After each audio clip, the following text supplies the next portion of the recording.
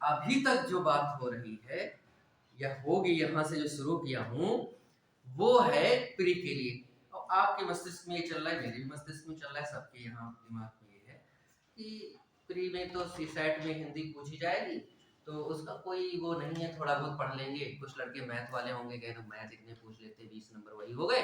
और 33 पाना है, 13 तो फिर 80 बचे, 80 में 13 तो तुक्का में हमारे सही हो जाएंगे। एक बात हुई। या जिसकी रीजनिंग मालूम है ठीक, तो वो इतना कर लिया, क्योंकि 20-20 नंबर के लगभग सभी आते हैं ना। हिंदी भी आपको 20 नंबर की मिलेगी, रीजनिंग भी आपको 20 नंबर की मिलेगी, मैथ भी मिलेगी और इंग्लिश भी मिलेगी। तो इन इतने भागों में से एक भी किसी छात्र का अच्छा पोर्शन है तो उसी से सीसेट पास हो सकता है। तो फिर इतना हिंदी के दिमाग लगाने की क्या जरूरत है? नहीं, फायदा मिलेगा मेंस में। अभी जब हम पढ़े रहेंगे, मेंस जब प्री पास है तो मेंस के लिए हमें टाइम कितना मिलेगा? बहुत कम। और फिर कितना ज्यादा पढ़ना होगा तो समझ ही रहे हो, मेंस में एक पूरा पेपर होता है हिंदी का, और वो बड़ा अंक लाने में, रैंक लाने में मदद करता है और अनिवार्य है सबके लिए, ऐच्छिक वाला कोई काम नहीं। और यही नहीं, कहानी उसमें सबसे बड़ी ये है कि प्री वाली जो हिंदी होगी ना, उसमें हम क्या करेंगे, 4 विकल्प मिलेगा मुझे, ठीक है, तो तुक्का में भी दिमाग लगा लेंगे, नहीं समझ में भगवान से थोड़ा सोच के बोलने, ठीक है, तो भी बता देते हैं कभी कभी, ठीक है, तो यही सही हो गया, ठीक है, कभी कभी नहीं बताएंगे तुम पढ़े नहीं हो, ठीक है, तो कभी भी बता देते हैं तो सही हो जाता है। अब क्या हुआ, लेकिन मेंस वाले में ये बताने वाला कोई काम नहीं, उसमें सब लिखना है। उसमें पूछेगा, जैसे कि यहाँ क्या है, संधि पढ़ाऊंगा, संधि आया, महेंद्र जैसे आया, उसमें महाइंद्र लिखा है, महाइंद्र लिखा है, तो बताओ कौन सा सही, कौन विच्छेद इसका सही है। तो हमने दिमाग लगा, ये तो अब तक हम जानते हैं, तो तुमने सही कर लिया। उसमें ये नहीं होगा, मेंस वाले में पूछेगा कैसे, संधि किसे कहते हैं, कितने प्रकार की है, किसी एक संधि के 5 नियम सहित 5 उदाहरण लिखिए, या 3 उदाहरण लिखिए, या 2 उदाहरण लिखिए। अब बताओ, अब या फिर डायरेक्ट लिख दे, स्वर संधि किसे कहते हैं और उसके कितने प्रकार हैं, और उसके कोई 3 उदाहरण लिखो, अथवा नाम ही सीधे दे दे, गुण संधि किसे कहते हैं, नियम और उसके 5 कोई उदाहरण लिखो। अब तो समस्या है, पूरा नियम आपको मालूम होना चाहिए, तभी तो लिख पाएंगे। तो ऐसे प्रश्न वहां पे पूछेगा। तो इसके और संधि हमारे यहाँ भी, समास हमारे यहाँ भी है, और लेसन प्लान में मैंने सारी चीजें लिखी हैं। तो उसमें लगभग वहां की चीजें जो है कुछ ही बदली हैं, खासतौर से निबंध वाला भाग बदला है, नहीं तो व्याकरण में जितना मेंस में है वो पूरा उससे ज्यादा ही प्री में है। तो यदि प्री वाला हिंदी हम सही से पढ़े हैं तो हमें मेंस में कम मेहनत करनी पड़ेगी। इसलिए ये जो प्री वाला जो मस्तिष्क में है, थोड़ा इसको निकाल के, थोड़ा रहे तो भी ठीक है, लेकिन थोड़ा इसको निकाल के हम इस तरह से हिंदी को पढ़ें कि हमें आगे काम आएगा मेंस में। एक बात। दूसरी बात है ये कि जैसे कि एक है यूपी पीसीएस, एक है यूपीएससी, यानी UP PSC Uttar Pradesh public service commission, और एक है संघ लोक सेवा आयोग मतलब यूनियन सर्विस कमीशन। दोनों की हिंदी में थोड़ा अंतर है। जो उत्तर प्रदेश वाला है उसकी हिंदी जो है वह पूरे व्याकरण पर आधारित है, पूरा व्याकरण है, बस साहित्य वाले भाग को छोड़कर, ठीक है। साहित्य वाला भाग का मतलब ये हिंदी में कि जैसे कि साहित्य में आपने हिंदी साहित्य के इतिहास में आदिकाल, भक्तिकाल, रीतिकाल, आधुनिक काल पढ़ा है, भारतीय युग, द्वितीय युग, छायावाद, प्रगतिवाद, नई कविता, इस तरह से कुछ पढ़ा है। ये सबको छोड़ के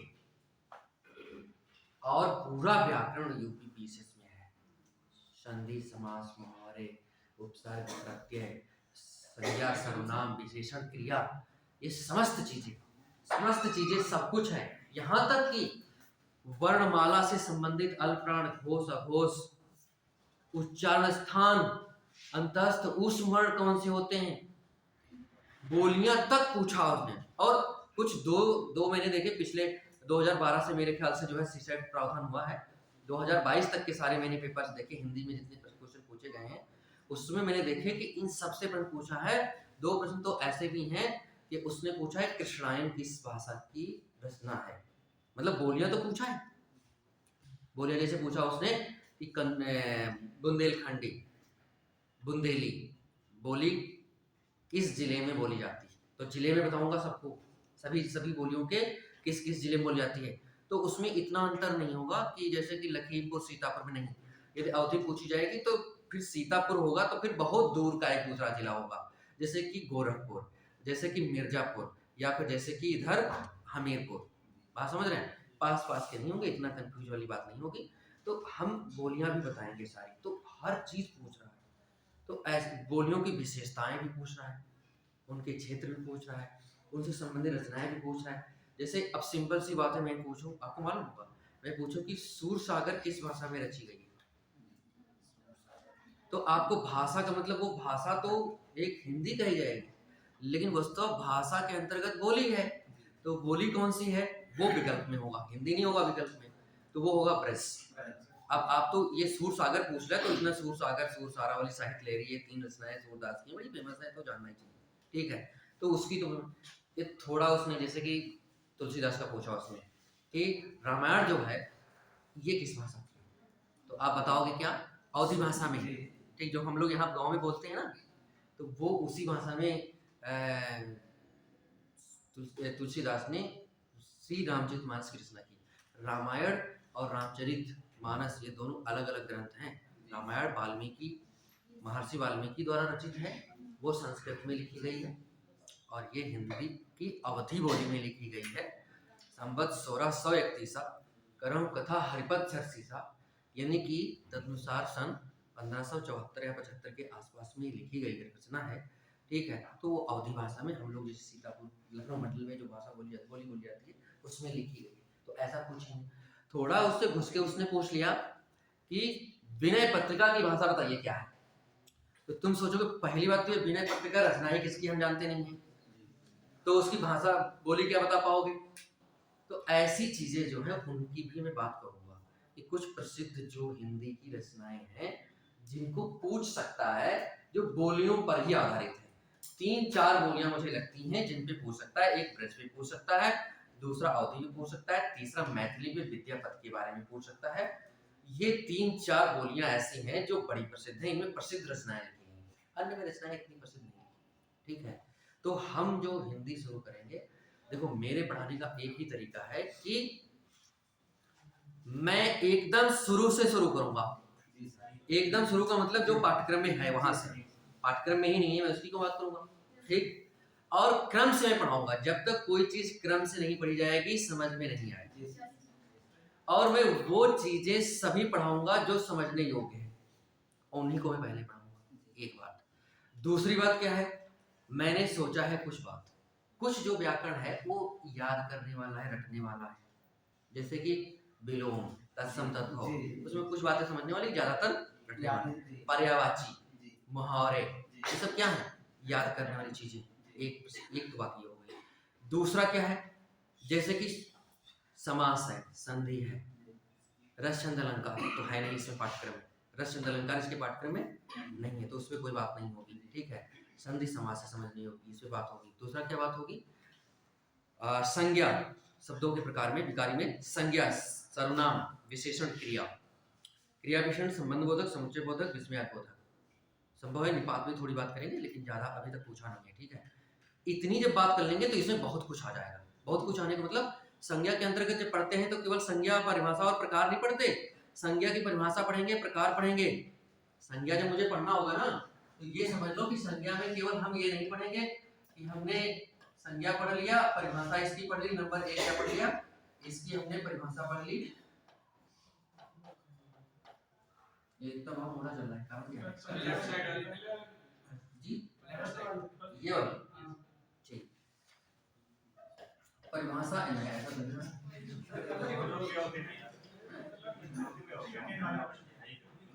सेकंड वाले ऑप्शन पे इसमें नहीं सर, थर्ड पे करिए तो फर्स्ट सेकंड वाला हां तो हमने परिभाषा और प्रकार पढ़ लिया।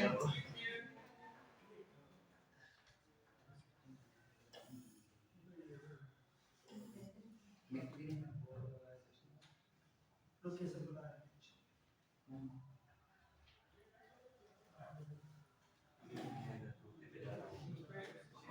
देखो बुलाएं से, हां लो एक से आ गया, हां आ गया।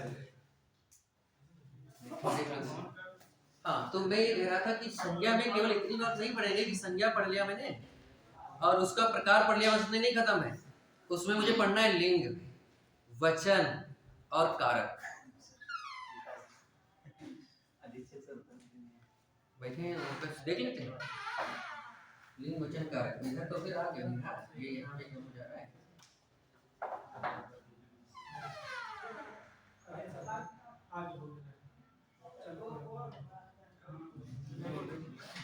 अभी आ रही सर, अभी आ हाँ हाँ बुला रहे हैं फोन करवा दें।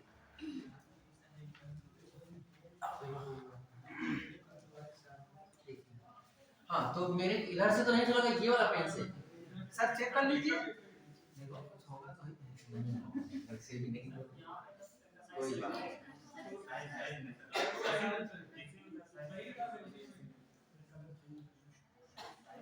चलो अभी देखेंगे, ठीक है। तो मैं ये कह रहा था कि जो संज्ञा में पढ़ेंगे वो केवल इतनी बात नहीं पढ़ेंगे कि मैंने संज्ञा की परिभाषा पढ़ ली, प्रकार, ऐसा कुछ नहीं है। हम उसमें लिंग भी पढ़ेंगे, वचन भी पढ़ेंगे, कारक भी पढ़ेंगे, ठीक है। और तीनों से बातें पूछते हैं। लिंग से एक प्रश्न पूछना अनिवार्य है। जैसे 4 विकल्प दिया उसमें से कहा कि कौन सा पुल्लिंग शब्द है या कौन सा स्त्रीलिंग शब्द है। ऐसी विभिन्न परीक्षाओं में आता है, इसमें भी आता है। दूसरी बात है वचन से भी पूछता है और कारक से तो पूछता ही पूछता है, ठीक है। जैसे कि उसके प्राण उड़ गए, ये सही वाक्य गलत वाक्य, और उसमें प्राण क्या है, एक वचन बहुवचन कैसा है। तो ऐसे प्रश्न भी परीक्षाओं में पूछते हैं, तो ये भी है। सर्वनाम में ज्यादा चीजें नहीं है, इसमें बहुत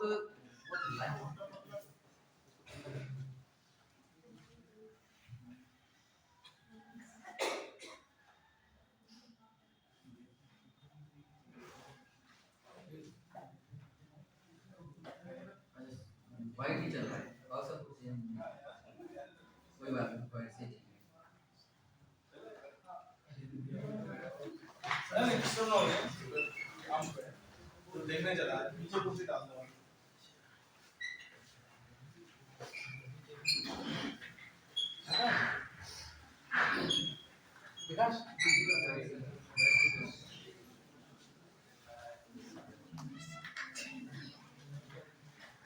अरे ये क्या हो रहा है?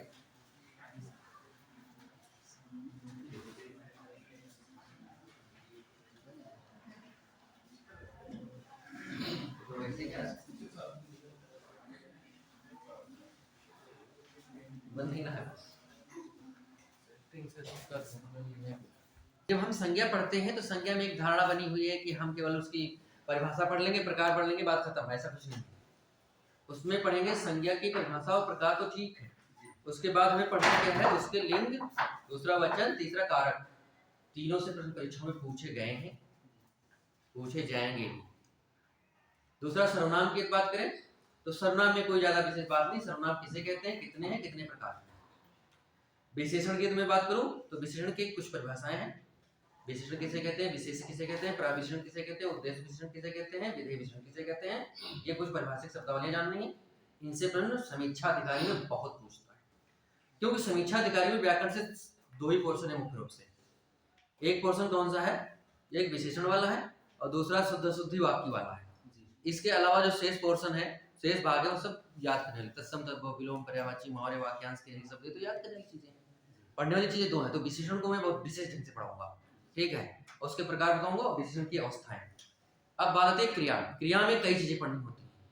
क्रिया में क्रिया की परिभाषा पढ़ेंगे, प्रकार पढ़ेंगे, सकर्मक अकर्मक पढ़ेंगे, और उसके अलावा जो है पूर्वकालिक क्रिया किसे कहते हैं, नामधातु क्रिया किसे कहते हैं, प्रेरणार्थक क्रिया किसे कहते हैं, द्विकर्मक क्रियार्थक क्रिया किसे कहते हैं, और काल। काल में केवल आप एक बात जानते हो ना कि काल की जैसे 3 काल होते हैं। एक हो गया वर्तमान काल, भूतकाल, भविष्यकाल। इतने से काम नहीं चलेगा, इससे आगे पढ़ना पड़ेगा। वर्तमान काल में और भी प्रकार होंगे, तात्कालिक, सामान्य वर्तमान, तात्कालिक वर्तमान, पूर्ण वर्तमान, संदिग्ध वर्तमान, हित वर्तमान। ऐसे ही आपको भूतकाल में मिलेंगे, ऐसे ही भविष्यकाल में मिलेंगे। उनसे ही परीक्षा में प्रश्न होते हैं। सामान्य पूछेगा कि एक सामान्य वर्तमान काल का वाक्य लिख दिया और समझ गए कि इतना सरल पूछा, ऐसा कुछ नहीं होगा। तो ये वो पढ़ना है। दूसरा वाच्य। क्रिया में क्या पढ़ना होता है, वाच्य, तो उसको हम पढ़ाएंगे। इसके बाद क्रिया में संबंध को समुच्चय बोधक, वो अव्यय होते हैं, अभिकारी शब्द होते हैं, उनके बारे में बात होगी। तो ये हम सारी बातें क्रम से पढ़ेंगे, उसके बाद हम शब्दों पे चर्चा करेंगे, फिर वाक्यों पर चर्चा चले जाएं करने के लिए। वाक्य कितने प्रकार के किसे कहते हैं ये होगा, फिर वाक्य शुद्धि अशुद्धि होगा जो परीक्षाओं में खूब पूछता है। तो हम चीज क्रम से लेके चलेंगे।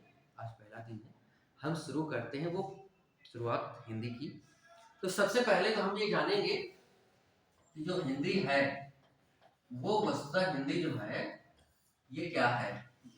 सरल शब्दों में कहें, वैसे तो बड़ी व्याख्याएं हो सकती हैं, डॉक्टर नगेंद्र ने अपने हिंदी साहित्य के इतिहास में बहुत कुछ लिखा है, वो पाठ्यक्रम में नहीं है, आपके पाठ्यक्रम में सामान्य हिंदी है, मैं उसकी चर्चा करूंगा। सरल शब्दों में कहेंगे हिंदी एक भाषा है। क्या है? भाषा। तो जब भाषा है तो पहले हम यही ना जान लें, भले ही डायरेक्ट हमसे ये ना पूछे, लेकिन हमें व्यवहारिक रूप से जानना ही चाहिए। आप इंटरव्यू में पहुंच गए, मान लिया कि आपने भाषा के लिए नहीं भी लिया, तब भी तो ये हिंदी भाषा अनिवार्य है मेंस में भी। अब पूछ लिया कि भाषा किसे कहते हैं, तो थोड़ी बात तो जानना ही चाहिए, और मेरा कर्तव्य है कि मैं पहले दिन से वार्ता करूं। देखो भाषा जो है वो संस्कृत का एक भास धातु है। कौन सी धातु है? धातु। धातु का मतलब होता है क्रिया के मूल रूप को धातु कहते हैं। जैसे संस्कृत में थोड़ा बहुत पढ़ेंगे, पट मने पढ़ना, लिखने लिखना, हंसने हंसना, दाव मने दौड़ना, क्रीड मने खेलना, इस तरह से अनेक धातुएं होती हैं, उनमें से एक धातु है। संस्कृत में लगभग 2000 धातुओं की कल्पना की गई है। कल्पना करने का मतलब ये है कि शब्दकोश में इसको संग्रहित किया गया है, और भी इसके अलावा हो सकती है, ठीक है, क्योंकि शब्द अनंत है। जिस तरह से ब्रह्म है, ब्रह्म शब्द क्या है? ब्रह्म है। जिस तरह से ब्रह्म अनंत है उसी तरीके से शब्द भी अनंत है, लेकिन इसीलिए मैंने कहा कि उसको संग्रहित किया गया है, ठीक है, 2000 धातुओं को संस्कृत शब्दकोश में। उनमें से एक धातु है, हिंदी संस्कृत से बनी, वही तो मुझे चर्चा करना, इसलिए संस्कृत का नाम आया। तो भास धातु से बना है। इस भास का मतलब क्या है? भास माने होता है बोलना। क्या होता है? बोलेंगे तो क्या होगा? बोलेंगे तो हमारे मन का जो भाव या विचार है वो आप तक पहुंचेगा, और आप बोलेंगे तो मेरे तक पहुंचेगा। तो इसकी परिभाषा क्या हो सकती है, कोई बताएगा? विचारों के अभिव्यक्ति का माध्यम भाषा है, ठीक है, एकदम सही है। और कोई प्रयास करेगा? का माध्यम, ठीक है, माध्यम कहना शब्द जरूरी है, ठीक है। सरल शब्दों में मैं यदि लिख दूं कि भाषा किसे कहते हैं, तो कोई भाव हो या विचारों, भाव या विचारों के आदान प्रदान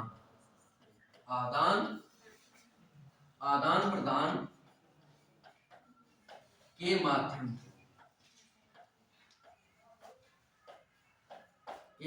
को भाषा कहते हैं। इतनी बात आपको समझ। अब देखिए, भाव या विचारों, दोनों बातें मैंने लिखी है। भाव या विचार, कविता जो होती है वो भाव प्रधान होती है, और जो गद्य की विधाएं, निबंध इत्यादि है वो विचार प्रधान होते हैं। तो हमारे अंदर कोई भाव हो या कोई विचार हो, उनको यदि हमें व्यक्त करना है तो उसके लिए हमें भाषा की जरूरत पड़ेगी। तो वो जो माध्यम है, जिस माध्यम से हम अपने भाव या विचार किसी को, आदान का मतलब होता है लेना, और प्रदान का मतलब होता है देना। यदि हमें ले अथवा दे, दोनों काम ये करता है। और ये जो शब्द लिखा है यहाँ माध्यम, ये शब्द इसकी परिभाषा में प्रयोग करना अनिवार्य है, अन्यथा बात गलत हो जाएगी, ठीक है। केवल इतना लिखा जाए कि भाव या विचारों के आदान प्रदान को भाषा कहते हैं, ऐसी बात नहीं।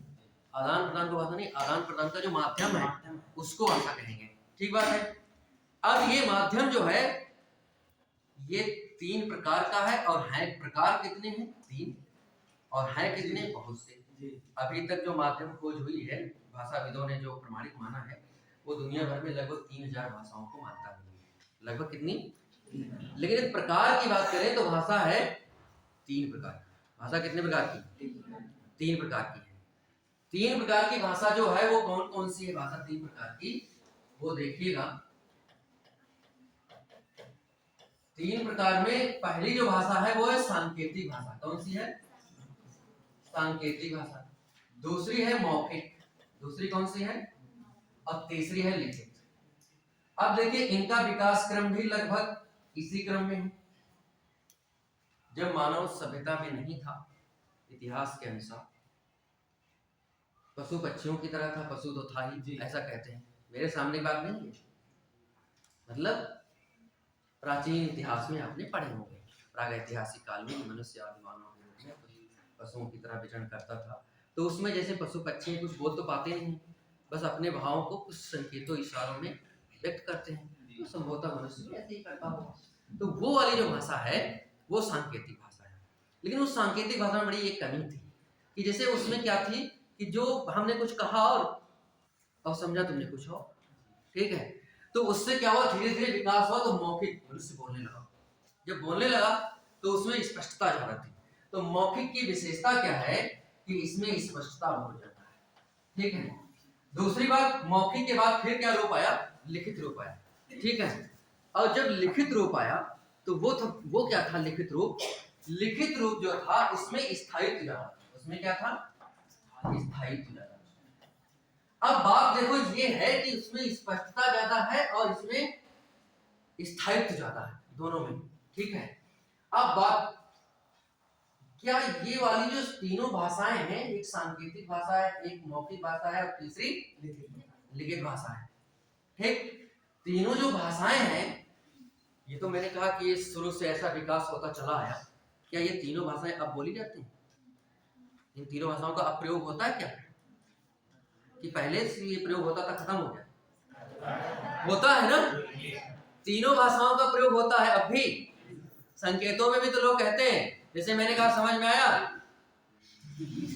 तो ये संकेत ही तो तुमने बताया, और तुमने ऐसे कर दिया तब, ऐसे कर दिया तब, इसका मतलब नहीं। जैसे कि घर पे हम लोग करते हैं, क्या मतलब हुआ, अब मान लिया हम पानी नहीं पीना चाहिए, तो तुम जो स्पष्टता थी ना वो नहीं थी इसमें। हम पीना कुछ और चाहते हैं, गलत ना समझे, हम मान लिया कि पानी की जगह पे हम पेप्सी पीना चाहते हैं, थोड़ा ठीक है से क्या। अब पेप्सी में भी मतलब कोल्ड ड्रिंक में भी बहुत ब्रांड है, उसमें पेप्सी, ठीक है। मान लिया कोल्ड ड्रिंक तुम समझ जाते हैं, अब कोल्ड ड्रिंक में भी हम कोल्ड ड्रिंक में भी कुछ दूसरा माजा पीना चाहते हैं, तो तुम वहां नहीं पहुंच पाते, इतने से नहीं पहुंच पाते, है ना। भैया मैं ऐसे करूं तो खाना अवकाश समझोगे, खाना क्या मतलब है, रोटी है सब्जी ज्यादा से ज्यादा, लेकिन रोटी सब्जी हम नहीं खाना चाहते। हमारे मन में तो पिज्जा बर्गर था, अब तुम समझ नहीं पाए। तो अब क्या, सांकेतिक वाले में स्पष्टता नहीं थी, मौखिक में स्पष्टता थी, पूरी तरह से बता सकते हो। लेकिन इसमें एक कमी और थी, लिखित लिखित वाले में क्या मामला था कि जैसे कि उसमें स्थायित्व था। तो स्थायित्व का मतलब जैसे कि हमने कोई बात कही, अब कल जब नंबर आया पूछवाने का, हमने कहा ही तो हम जानते ही नहीं, और लेकिन क्या जब लिखित रूप में हो चुका है तब हम बदल नहीं सकते। तो ये स्थायित्व की बात इसमें आ गई।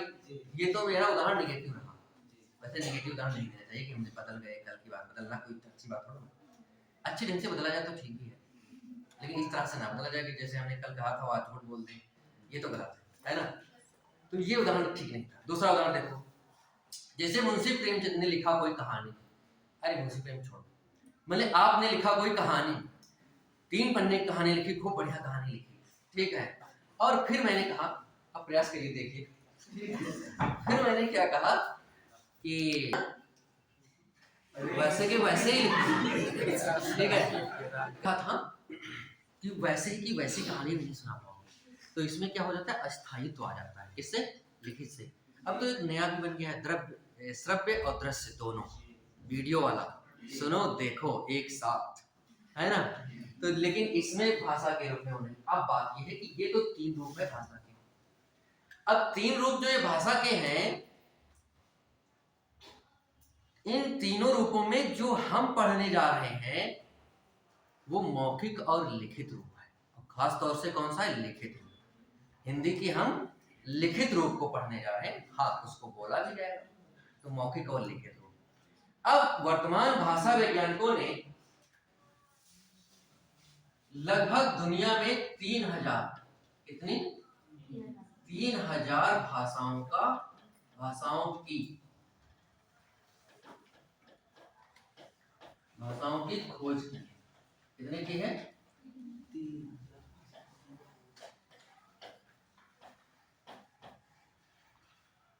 3000 3000 भाषाएं। आपसे पूछे दुनिया में कितनी भाषाएं हैं तो 3000 लगभग भाषाएं।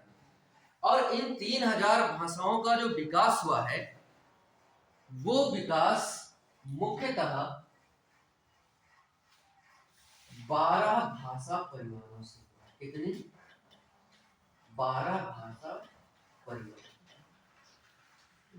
ये 12 भाषा परिवार क्या है? देखिए, वस्तुतः अभी तक सही क्या है वो जितना भाषा वैज्ञानिकों ने खोज लिया है उतना ही सही है। उसके अलावा यदि कुछ हो तो वो आगे की बात है। अभी तक डॉक्टर भोलानाथ तिवारी ने अपनी हिंदी भाषा और उसके विज्ञान नामक किताब में उन्होंने लिखा है कि शुरुआत में क्या थी कि 12 भाषाएं थी और उन 12 भाषा प्रगतिशील है, परिवर्तनशील है, बदलती रहती है। तो उन 12 भाषाओं से बदलते बदलते बदलते बदलते कितनी भाषाएं कुल हो गई दुनिया में? 3000 हो गई। तो हमें 12 उन समस्त भाषाओं का अध्ययन नहीं करना है, हमको केवल उनमें उन 12 में से भी एक भाषा है जिसका नाम है संस्कृत। किसका नाम है? इन 12 में से एक का नाम है संस्कृत। ये जो संस्कृत भाषा है, ये संस्कृत भाषा इन 12 में से भी सबसे पुरानी है, ऐसा विद्वानों ने माना है। और इस भाषा से जो आगे विकास हुआ, ऐसे समझो एक उदाहरण से कि जैसे 3 व्यक्ति थे, तीनों मान लिया अलग अलग परिवार वंश खानदान से थे, ठीक है। एक जगह तीनों व्यक्ति किसी जगह पे गए, वहां तीनों एक साथ बस गए। तो किसी स्थान पे खाली था, वहां तीनों एक स्थान पे बस गए, तो वहां 3 ही तो लोग रहेंगे। फिर क्या हुआ कि धीरे धीरे इनके बहुत 3 मान लिया बच्चे हुए। 3 इसलिए मान लिया कि इन्होंने भाई जागरूक नागरिक होंगे, ठीक है। तो यहाँ पे कहने का मतलब है अब ये धीरे धीरे कितने हो गए? ये हो गए 100 परिवार, 100 लोग हो गए एक परिवार में। कितने लोग हो गए? 100। उसी तरीके से इसमें भी 100 लोग हो गए, उसी तरीके से इसमें भी 100 लोग हो गए। अब पूरा ये गांव बस गया। अब क्या हो गया? ये पूरा, अब ये तो पूरा गांव बस गया। इतनी बात ठीक है। वैसे ही अभी तक जो भाषा वैज्ञानिकों ने खोज की है उसके अनुसार 12 भाषाएं थी शुरू में। कितनी थी? 12। उन्हीं से बदलते बदलते जैसे ये 100 हो गए हैं, ये 12 से हो गए हैं 3000। अब एक बात समझो, इन 3 जो शुरू में आए थे ना 3, इन 3 में से भी कोई उम्र में बड़ा तो होगा ही। तीनों के तीनों एक ही दिन तो पैदा नहीं हुए होंगे, ठीक है। तो जो बड़ा होगा सबसे, उस कुछ तो बड़े होगा, उसी तरीके से तो सबसे बड़ा माना जाएगा। उसी तरीके से इन 12 में से भी एकदम तो 12 भाषाएं उत्पन्न नहीं हो गई। अभी तक खोज हुआ है वो अलग बात है, मान जाते हैं कि 12 भाषाएं समकालीन थी, लेकिन फिर भी खोज के अनुसार इन 12 में से भी ये वाली जो संस्कृत है, ये वाली जो संस्कृत भाषा है, ये सबसे दुनिया की सबसे पुरानी एक भाषा कोई है तो वो क्या है? अभी तक खोजों के अनुसार विभिन्न विद्वानों के द्वारा एक बात। तो इससे जो अन्य भाषाएं बनी वे समस्त भाषाएं भारोपीय भाषा परिवार के नाम से जानी गई। क्या नाम से जानी गई? भारोपीय। देखो इसमें लिखने में अभी दिक्कत हो सकती है, ठीक है ना, तो हम जो बोले वही सही लिखना अपने काम में, ठीक। भारोपीय भाषा परिवार, हाँ, जो संस्कृत से जितनी जन्मी भाषाएं, संस्कृत सहित अन्य जितनी भी भाषाएं बनी वे सभी भाषाएं कहलाती हैं भारोपीय भाषा। भारोपीय का मतलब क्या होता है? भारोपीय का मतलब होता है भारत और प्लस या धन यूरोप, यूरोप देश है ना, और प्लस इसी में ईय प्रत्यय जोड़ देंगे, और ईय प्रत्यय जिसमें जुड़ता है उसका हिंदी में निकलता है से संबंधित। क्या निकलता है? जैसे भारत में ईय प्रत्यय जोड़ेंगे तो बनेगा भारतीय, और इसका मतलब हिंदी में होगा भारत से संबंधित। जैसे लिखा होगा संसद में ईय जोड़ेंगे संसदीय, तो इसका मतलब होगा संसद से संबंधित। संपादकीय, इसका मतलब संपादक से संबंधित, तो इसका अर्थ से संबंधित निकलेगा। जब इन दोनों को जोड़ेंगे, ठीक, तो इन दोनों को जब जोड़ेंगे तो ये सब बनेगा भारोप। क्या बनेगा? भारोप। और इसमें जब ईय प्रत्यय जोड़ देंगे तो बनेगा भारोपीय। इतनी बात तो ठीक है। मतलब क्या हुआ? मतलब इसका हुआ कि भारत और यूरोप से संबंधित, यानी कि यह जो संस्कृत है इसके बारे में विभिन्न खोजों के अनुसार कहा गया है कि इसका असली उद्भव जो है वो है यूरोप देश। कहाँ पे है? यूरोप, जहाँ पे अंग्रेज लोग अब रहते हैं। ठीक, वहां से आर्य लोग आए भारत। कहाँ पे आए? अपने साथ लाए संस्कृत। क्या लाए? संस्कृत। तो भारत में भी संस्कृत फैल गई। ठीक बात। अब बात यह है कि इसका मतलब है कि जहां पे आज अंग्रेजी बोली जाती है वहां भी पहले संस्कृत बोली जाती होगी। ये देखो, इतिहास विभिन्न विद्वानों के मतानुसार है। अभी तक जो खोज हुआ है उसके अनुसार यही सत्य है। ऐसा कहना तो नहीं ठीक है, लेकिन वर्तमान खोजों के अनुसार यही ठीक है, सत्य है। इसी को आपको उत्तर देना है। ठीक, तो यूरोप में और भारत में दोनों जगहों पे संस्कृत बोली जाती है, और दोनों जगहों पे इस समय वर्तमान समय में जितनी भी भाषाएं बोली जा रही हैं, बनी हैं, वो सब संस्कृत से बनी है। किससे बनी है? इसका मतलब अंग्रेजी भी संस्कृत से ही बनी है। इसका मतलब हिंदी भी भारत में संस्कृत से बनी है। वहां भी थी, यहाँ भी थी, है ना। अंग्रेजी में बहुत सारे शब्दों का विद्वान ने उदाहरण दिया है, वो आपके पाठ्यक्रम सिलेबस में नहीं है, इसलिए उसमें चर्चा नहीं करते हैं कि हिंदी में भी वैसे ही मिलते हैं, संस्कृत में भी उससे मिलते जुलते हैं, अंग्रेजी में वैसे हैं जैसे संस्कृत में वैसे अंग्रेजी में है।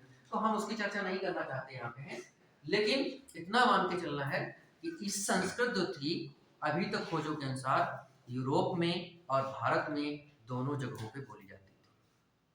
इसलिए संस्कृत से जितनी भी भाषाओं का जन्म हुआ वे सभी कहलाई भारोपीय भाषा परिवार की भाषाएं। वो किसकी कहलाई? भारोपीय भाषा। आपसे पूछे संस्कृत किस भाषा परिवार से संबंधित है, आप क्या बताओगे? भारोपीय। अब इससे हिंदी का कैसे आया ये सुन लीजिए, क्योंकि मुझे हिंदी पढ़ना है। ठीक है,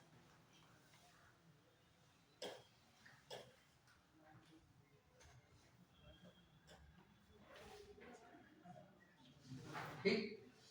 संस्कृत से क्या बना? पाली। क्या बना? पाली। पाली के बाद क्या बना? प्राकृत। और प्राकृत के बाद क्या बना? अपभ्रंश। और अपभ्रंश से क्या बना? एक बीच में और आता है अवहट्ट। क्या आता है? और फिर उसके बाद क्या कह सकते हैं? हिंदी। ठीक है, कह सकते हैं, क्योंकि यहाँ पे कहानी और बनेगी, है ना जी। अब देखो, बात ये है कि संस्कृत ये है यहाँ पे, इससे जितनी भी ये सब भाषाएं बनी ये सभी किस परिवार से संबंधित है? सब भारोपीय भाषा परिवार की बन जाएगी। एक प्रश्न ये पूछ सकता है आपसे, उसी तरीके से हिंदी पूछ ले, क्योंकि हिंदी पाठ्यक्रम है, हिंदी पूछ ले कि किस भाषा परिवार संबंधित है, तो भारोपी। किससे संबंधित है? भारोपी। अब दूसरी बात देखना, दूसरी बात क्या है? दूसरी बात ये है कि अब ये थोड़ी बात मैं बता देता हूं कि संस्कृत का समय, इसका समय, इसका समय, और उसके बाद फिर हिंदी का विकास क्रम बताते हैं आपको कि हिंदी कहां से नाम आया, ये सब चीजें। देखो, संस्कृत है दो प्रकार की। कितने प्रकार की है? दो प्रकार की। एक संस्कृत है वैदिक संस्कृत। ऐसी संस्कृत है वैदिक संस्कृत। दूसरी संस्कृत कौन सी है? लौकिक संस्कृत। जो लौकिक संस्कृत है, वैदिक संस्कृत और लौकिक संस्कृत में मूल अंतर क्या है? कोई लोग बताओ, कोई लोग बताइए, बस एक सेकंड, 10 सेकंड। हाँ बताओ। जो वेदों की भाषा है वो वैदिक संस्कृत है। हाँ बिल्कुल। लौकिक जो सामान्य बोलचाल की भाषा में प्रयोग की जाती है। हाँ ठीक है, हाँ ठीक बैठेगी। और दूसरा कौन बता रहे थे? वेदों की जो है वो वैदिक है, जो साहित्य में जो है वो हमारे जीवन में। चलो ठीक है, ये भी हो गया। और कोई प्रयास करेगा? प्रयास करना कोई गलत बात नहीं, तो तुम्हें नहीं सिद्धि कार्याणि, है ना। चलो कोई बात नहीं, हम बताते हैं आपको। जो बताया ठीक बताया, कोई बहुत गलत नहीं है। पूर्णतः क्या बात है कि जो वेदों, जिस भाषा में वेद लिखे गए जो 4 वेद हैं, उन 4 वेदों की जो भाषा है वही वैदिक है। उन 4 वेदों के अलावा संस्कृत में कुछ भी जो कुछ लिखा गया है अब तक, उस सब कुछ लौकिक में। वैदिक एक प्रत्यय जुड़ता है, एक प्रत्यय जुड़ने के क्या नियम होते हैं ये प्रत्यय पढ़ाएंगे तब बताएंगे, ठीक है। लेकिन यहाँ पे वैदिक का मतलब वेद प्लस एक प्रत्यय, तो एक जुड़ता है तभी उसका से संबंधित अर्थ निकलता है। तो वैदिक जब बना तो वेद से संबंधित, और लोक में एक प्रत्यय जुड़ा। लोक का मतलब होता है संसार, लोक का मतलब यानी कि जो संसार से संबंधित है, ठीक बात। तो यहाँ पे वैदिक का मतलब कि वेद जिस भाषा में लिखे गए हैं, वेदों की भाषा वैदिक संस्कृत है। इसके अलावा संस्कृत में जो कुछ भी लिखा गया है सब लौकिक संस्कृत के अंतर्गत है। वो चाहे रामायण हो, महाभारत हो, स्मृतियां हो, पुराण हो, अन्य शास्त्र हो, व्याकरण के ग्रंथ हो, ज्योतिष के ग्रंथ हो, दर्शन के ग्रंथ हो, नीति के ग्रंथ हो, अथवा साहित्य कोई कविता कहानी के ग्रंथ हो। मेरी बात समझ पा रहे? सब लौकिक में केवल 4 चीजें जो है, 4 वेद हैं, बस वो वैदिक संस्कृत है। उस वैदिक संस्कृत का समय मुझे बताइए क्या था? इसका समय क्या था?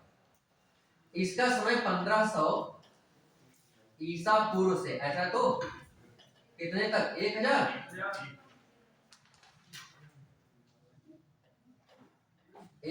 ईसा पूर्व तक, ऐसे कुछ है।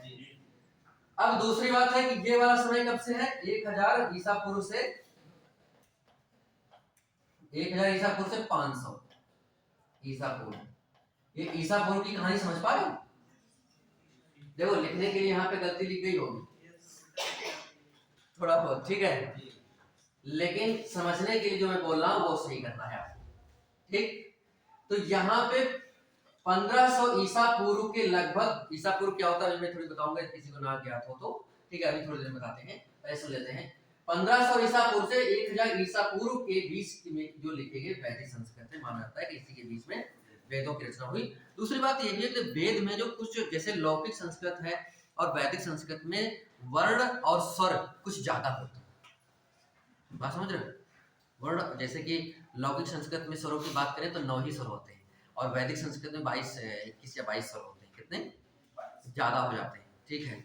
वैसे ही क्या कहते हैं कि यदि व्यंजनों की बात करें तो उसमें भी क्या कहते हैं, इसमें तो केवल 33 ही रहते हैं, है ना, और उसमें 63-64 तक हो जाते हैं, मतलब 50 प्लस, ठीक है। तो कहने का मतलब ये है कि उसमें ज्यादा स्वरों की संख्या, किसमें? वैदिक। व्यंजनों की संख्या भी वैदिक में ज्यादा। इन दोनों में, चाहे वैदिक में, इन दोनों का मतलब केवल वैदिक में चारों वेदों में, इसमें नहीं, इसमें कम है लौकिक। इसका समय क्या है? 1000 से 500, ये तो समय हो गया। इसमें क्या लिखा गया? जो कुछ भी वेद के अलावा लिखा गया सब लोग, ठीक, चाहे वो कुछ भी लिखा गया। अब उसके बाद आते हैं पाली पे। पाली का समय क्या समझेंगे? 500 ईसा पूर्व से पहली शताब्दी, यही तो, पहली शताब्दी तक समझ लेंगे इसको। अब पहली शताब्दी तक, और पाली के बारे में कहा जाता है कि जो पाली भाषा है उसी भाषा में बौद्ध ग्रंथों की रचना हुई। किस ग्रंथों की? बौद्ध ग्रंथ। बौद्ध ग्रंथ आप समझते ही, बहुत सारे बौद्ध ग्रंथ हैं। बहुत सारे बौद्ध ग्रंथ ऐसे भी है जो संस्कृत में लिखे गए, हिंदी में लिखे गए, जैसे कि अश्वघोष ने बुद्ध चरितम लिखा है, तो संस्कृत में है ना, लेकिन जो ज्यादा संख्या में लिखे गए, दीपवंश, महावंश, इस तरह से, है ना, वो सब किस में लिखे गए हैं? पाली भाषा। ये तो जीएस का क्वेश्चन है, इतिहास का प्रश्न है। इतिहास में भी ये बात याद करते हो तो पूछेगा, हिंदी में पूछ सकता है, ठीक है। तो बौद्ध ग्रंथ किस भाषा से संबंधित है? पाली भाषा। तो पाली भाषा से संबंधित है। और जान ही रहे हो कि बुद्ध का जन्म 563 ईसा पूर्व के लगभग में कुछ ऐसा हुआ था, तो वही काल बनता है लगभग 500 ईसा पूर्व से पहली शताब्दी के बीच में तो है। अब जिस दिन बुद्ध पैदा हो गए थे उसी दिन तो पाली भाषा प्रचलित नहीं हो गई थी, और ना उसी दिन वो उपदेश भी नहीं दे दिए थे, है ना। पहली बार तो कितने साल में, 29 साल की अवस्था में उन्होंने संन्यास लिया, घर से छोड़ा, फिर 5-6 साल तपस्या किया, है ना, 6 साल, फिर उसके बाद उन्हें बुद्धत्व को जो प्राप्त हुआ तो उसके बाद ज्ञान है, तो धीरे धीरे समझाया सब लोगों को, तब ये पाली भाषा का उनके द्वारा बताया गया ज्ञान, उसमें पाली भाषा प्रचलित हो गई। प्रचलित होने का मतलब है कि बुद्ध ने पाली भाषा को विकसित नहीं किया, बुद्ध का पाली भाषा से विकास करने का कोई उनका लेना देना नहीं है। जैसे कि वर्तमान समय में हम लोग वर्तमान भारत हमारा हिंदी में चल रहा है, हिंदी में हम लोग बोलते हैं। तो किसी भी कंपनी को या किसी भी पार्टी को या किसी भी व्यक्ति को, किसी भी संस्था को यदि अपनी संस्था के प्रोडक्ट का प्रचार प्रसार करना होगा तो किस भाषा में करेगा? जैसे कि प्रचार आते हैं तो किस में आते हैं? हिंदी में। ठीक है, क्यों कि ज्यादा से ज्यादा लोग समझते हैं। जैसे जब इलेक्शन होता है तो इलेक्शन में जब विभिन्न पार्टियां पर्चा देती हैं तो वो किस में लिखा था? मलयालम में? नहीं, वो उस क्षेत्र में जो भाषा बोली जाती होगी, है ना। पर अगर तुम अंग्रेजी में लिख कर दे तो वैसे तो नेता बहुत अंग्रेजी में बोलते हैं, कहाँ पे? अब जो मैं बोल रहा हूँ ये थोड़ा ठीक बात नहीं है, ठीक है, लेकिन मेरा उनसे कोई विरोध नहीं है, लेकिन वो लोग बोलते हैं ज्यादातर अंग्रेजी में। ठीक है, कहाँ पे? संसद में, वैसे जगहों पे। लेकिन जब क्या कहते हैं आम जनता को संबोधित करना होता है तो संभव है कि वहां के क्षेत्रीय बोली में भी कभी कभी नेता लोग बोलते हैं, भोजपुरी में बोलने लगेंगे, कभी कभी अवधी में भी बोलने लगेंगे, या जैसे कि बुंदेलखंड में गए तो बुंदेली भी बोलने लगेंगे। नहीं होता ऐसा? नहीं ज्यादा बोल पाएंगे, दो चार लाइनें ही बोल देंगे, तो उससे प्रभाव रहता है। क्यों? क्योंकि हमें उनसे जुड़ना है, अपने विचारों को उन तक पहुंचाना है। तो बुद्ध को अपने विचारों को समाज को पहुंचाना था, तो उन्होंने क्या किया? उस भाषा का चयन किया जो जनभाषा थी उसमें। तो उसमें कौन सी जनभाषा थी? इसलिए बौद्ध ग्रंथ ज्यादातर इसी में लिखे गए। उसके बाद क्या हुआ? पहली शताब्दी से फिर शुरू हुआ ये, पहली शताब्दी से ये शुरू हुआ, पहली से फिर ये 500 ईस्वी आ गया। अब ये ईसा पूर्व नहीं है, अब ये क्या है? ईस्वी। अब ये जो जिस समय ये वाला मामला चल रहा था ना, उस समय महावीर का जो मामला था, वर्तमान महावीर जैन धर्म के 24वें तीर्थंकर। तीर्थम करो तीर्थंकर, तीर्थंकर का मतलब होता है अवतार। क्या होता है? अवतार की अवधारणा उसमें भी है। तो उसमें उन्होंने 24वें लिए। पहले कौन थे? ऋषभ देव। दूसरे कौन थे? पता नहीं। 23वें कौन थे? पता नहीं, पार्श्वनाथ है। तो कहने का मतलब ये है, तो ये बात आपको जानने, तो उनके समय में कौन सी भाषा प्रचलित थी? प्राकृत। तो यहाँ पे आपसे पूछे कि जैन ग्रंथों की भाषा कौन सी है, क्या बताओगे? प्राकृत। अब देखिए अपभ्रंश का मामला होता है। इसका जो समय हम निर्धारित करेंगे, क्या करेंगे बताओ मुझे? 500 ईस्वी से 1000, कितना? 1000 ईस्वी। और साथ ही में लगे इसका भी निर्धारण कर लेते हैं अवहट्ट का, और इसका जो है 1000 ईस्वी से 1100, कितना? 1100 समझना, ये कुछ और लिख दिया, ठीक है।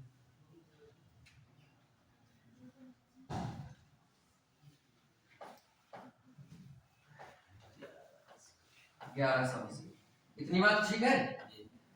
ये समय। अब बात ये अपभ्रंश, हम बात करेंगे अपभ्रंश की कि अपभ्रंश का मतलब क्या है और इससे ही क्या हिंदी का जन्म हुआ, ऐसा कुछ।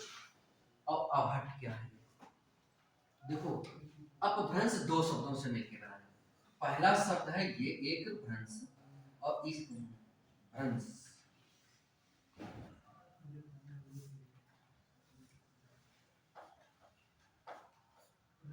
और इसमें एक उपसर्ग जुड़ा है अप। क्या जुड़ा है? अप। भ्रंश का मतलब होता है टूटना। क्या होता है? टूटना। क्या बात मेरी समझ पाए? भ्रंश का मतलब होता है टूटना। जैसे आपने भूगोल में पढ़ा होगा भ्रंश घाटी, पढ़ा है? उसमें जब बराबर समतल भाग टूट के धंस जाए, यही तो होता है। तो एक नई घाटी भी बन सकता है, भ्रंश घाटी भी हो सकता है, भ्रंश पर्वत भी हो सकता है? तो कहने का मतलब ये है कि भ्रंश का मतलब होता है टूटना, और अप का मतलब अप उपसर्ग है। इसका कोई विशिष्ट अर्थ तो नहीं, लेकिन तब भी ये उपसर्ग किसी के साथ में जुड़ करके कुछ अर्थ जरूर निकालता है। तो अप जो है उपसर्ग वो खराब अर्थ निकालता है, मतलब थोड़ा नकारात्मक बात निकालता है, खराब। जैसे अप मैंने टूटना, तो टूटा तो मतलब खराब टूटा। जैसे हिमालय इस पेंसिल को मुझे तोड़ना है, प्लान तोड़ना नहीं है, ठीक है, मैं बता रहा हूँ। जैसे मान हमको बीच से तोड़ना है, इसको नहीं लेते, ठीक है। जैसे कुछ कोई मुझे कागज है, कोई पेज है, पन्ना, उसको मुझे फाड़ना है, तो हम क्या करेंगे? पहले खूब मोड़ते हैं बढ़िया से, खूब अच्छे से करते हैं, फिर मैं उसको बहुत धीरे धीरे फाड़ते हैं। मान लिया उसे धीरे धीरे फाड़ने के वो ऐसे फट गया था। तो फाड़ना तो हम चाहते थे, लेकिन हुआ क्या? वो गलत तरीके से फट गया। तो फाड़ना था और फिर फटा भी, लेकिन हम कह रहे हैं कि यार ये तो बेकार हो गया। जी। जब फाड़ना था तो बेकार क्यों? क्योंकि जहां से हम फाड़ना चाहते थे वहां से नहीं। वही काम ये हुआ कि ये बिगड़ा, ये बदला, तो जैसे ये भी बदल रहा था, ये भी बदल रहा था, ये भी बदला, ये बन गया, ये बदला, संस्कृत तो पाली बन गया, पाली से प्राकृत, लेकिन प्राकृत के बाद जब अभ्रंश बदला ना, तो ये इस रूप में ऐसे बदला, इतना ज्यादा बदल गया कि फिर इसको समझना मुश्किल था। फिर इसको क्या था, विभिन्न क्षेत्रों में अलग अलग तरीके से बातें बन गई। तो भारत में बहुत सारे अभ्रंश हो गए, ठीक है। अभ्रंश का मतलब बहुत बिगड़ा हुआ। अभ्रंश का शाब्दिक अर्थ क्या है? अभ्रंश का मतलब बिगड़ा हुआ, इतना बात है। तो कभी पूछ ले कि अभ्रंश का, ये पूछ सकता है क्योंकि एक प्रश्न ऐसा पूछता है कि उसका अर्थ बताओ। जैसे पूछा था समवाय, क्या पूछा था? पिछले में पूछा था 22 में कि 21 में, सीसाइट में, आपको जो पढ़ा रहा हूँ उसी में पूछा था समवाय का अर्थ क्या है। विकल्प 4 थे। समवाय, तो समवाय ऐसा है, तो समवाय का मतलब होता है समूह। क्या होता है? तो आप नहीं जानते थे तो गलत कर देंगे, नहीं कर देंगे। तो वैसे ही मान ले अभ्रंश का अर्थ पूछ ले, और पाठ्यक्रम में भी ये बोलियां हैं, इसी को लक्षित करके पूछ ले। तो अभ्रंश का मतलब बताओगे बिगड़ा हुआ। क्या बताओगे? बिगड़ा हुआ, ठीक है। तो ये जब बिगड़ा हुआ है तो इसको याद रखना है। अब बिगड़ा हुआ है तो मान के चलो कि इससे तो कोई भाषा तो कहेंगे नहीं विशेष रूप से, तो फिर इससे कई बोलियों का जन्म होगा। क्या होगा? कई उपभाषाओं का जन्म होगा। तो उसके बारे में हम बात करते हैं, और वही बोलियां जो इससे उत्पन्न हुई और उन्हीं बोलियों से हिंदी का जन्म हुआ। इसलिए अभ्रंश हमारे लिए बड़ा महत्वपूर्ण है। अभ्रंश से ही विभिन्न बोलियों का जन्म होगा, जो कि हमारे परीक्षा में सीधे पूछते हैं। लेकिन अभ्रंश तो हम बताए हैं कि इसका शाब्दिक अर्थ क्या है और समयावधि क्या है। अभ्रंश से ही हिंदी का जन्म हुआ है। आपसे पूछे कि हिंदी का विकास किससे हुआ है, तो बताओगे अभ्रंश। लेकिन हिंदी का जन्म किससे हुआ है, तो बताओगे हिंदी की जननी कौन है? भाई जन्म हुआ है वही तो जननी है। तो हिंदी की जननी कौन है? तो संस्कृत है। लेकिन हिंदी का विकास क्रम में विकास किससे हुआ है, तो ये है। हालांकि शुरू तो इससे भी हुआ, लेकिन वहां नहीं जाएंगे। हिंदी का विकास मूलतः इसी से माना जाता है। मेरी बात समझ पा रहे हो? अभ्रंश से। तो यहाँ पे अभ्रंश की चर्चा और करते हैं, उससे पहले अवहट्ट की कर लेते हैं। किसकी कर लेते हैं? ये शब्द है अव और हट्ट। ये जो शब्द है इसका मतलब क्या होता है? देखो ये भी अव उपसर्ग है और इसका भी अर्थ खराबी में जाएगा, खराबी निकालेगा, मतलब कुछ बिगड़ा बिगड़ा इस तरह से। और हट का मतलब क्या होता है, मुझे थोड़ा ये बताइए, कोई लोग बताओ बहुत जल्दी से, 10 सेकंड में। हट का मतलब क्या होता है? देखो हट का मतलब जो होता है, हट का मतलब जो है हट निकल यहाँ से, ये नहीं बात होगी। हट्टम शब्द होता है संस्कृत का। क्या शब्द होता है भैया? हट्टम। और इसी से बना है हट। क्या बना है? और इसी से बना है हाट। अब इसका मतलब बाजार। अब समझ गए होंगे थोड़ा। तत्सम है ये हट। अब देखो ये तो संस्कृत का, ये तो मां तो लगेगा नहीं इसमें, है ना। तो ये है तत्सम और ये इसका क्या है? तद्भव। तत्सम तद्भव आपके पाठ्यक्रम में, तो आप पीएन पांडे में या हरदेव बारी में किसी भी किताब में हाट का तत्सम देखेंगे तो हट मिलेगा। क्या मिलेगा? और तद्भव है हाट। ठीक है, ये प्रयोग में हम लोग भी करते हैं सामान्य रूप से अवधि में। ठीक है, तो कहने का मतलब ये है कि अर्थ लेकिन कोई परिवर्तन नहीं हुआ। जो अर्थ इसका वही अर्थ इसका, वही अर्थ इसका, वही अर्थ इसका। जैसे यहाँ पे लिखा है ग्रह और यहाँ पे लिखा है घर, तो इन दोनों का अर्थ थोड़ा, ये तत्सम है और ये तद्भव है, लेकिन इनका अर्थ थोड़ा बदलेगा। तत्सम तद्भव का अर्थ नहीं बदलता है कभी, है ना। तो ये बात जानना है। अब क्या हुआ, तो हट यहाँ पे क्यों लिखा गया इस भाषा के रूप में? वो इसलिए लिखा गया, ये अभ्रंश तो वैसे भी बिगड़ गया था, यहाँ देख लो, है ना। और ये इतना ज्यादा और बिगड़ गया, तो ये तो कुछ काम लायक बचा ही था, ठीक है। ये तो इतना बिगड़ गया कि कोई काम लायक नहीं बचा, तो इसलिए इसको क्या अवहट्ट। हट मैंने बाजार, यानी गली बाजारों की भाषा। और गली बाजारों की भाषा कैसी होती जानते हो? बिना गाली कोई बात ना। और उसको सभ्य समाज में हम उस भाषा का प्रयोग कर सकते हैं? नहीं। तो इसका मतलब ऐसी वाली भाषा का प्रयोग नगण्य हो गया, ऐसी भाषा का प्रयोग नहीं करते हैं, ठीक है। तो इसलिए इससे हिंदी का विकास नहीं होगा, क्योंकि ये इतनी ज्यादा बिगड़ चुकी है कि ये गली बाजारों की भाषा बन गई है, इसलिए इसको कहा गया अवहट्ट। बात समझ रहे? ये हाट यानी बाजारों की भाषा, तो इसलिए इससे हिंदी का विकास नहीं हुआ। विकास हुआ किससे? अपभ्रंश से। और अपभ्रंश से विकास हुआ तो उत्तर भारत में कई इन अपभ्रंशों के विभिन्न क्षेत्रों में अलग अलग अपभ्रंशों का विकास हुआ, अलग अलग अपभ्रंशों का विकास हुआ है विभिन्न क्षेत्रों में। तो हिंदी में अपभ्रंश कितने माने जाते हैं या हैं, कितने अपभ्रंश हैं उत्तर भारत में? तो मैं बताता हूँ, मुख्यतः 7 अपभ्रंश हैं। कितने? 7 अपभ्रंश। आपसे पूछे कि अपभ्रंश कितने हैं तो आप बताओगे 7 अपभ्रंश हैं। कौन कौन से हैं तो देखिएगा, ठीक है। अब बात यह है कि अपभ्रंश देख लीजिए कुछ इस तरह से। यहां पे मैं अपभ्रंशों के नाम लिखूंगा और इन अपभ्रंशों से कुछ भाषाएं उत्पन्न होंगी और कुछ उपभाषाएं उत्पन्न होंगी। उपभाषा और भाषा और बोली में क्या अंतर है मैं अभी बताऊंगा थोड़ी देर में।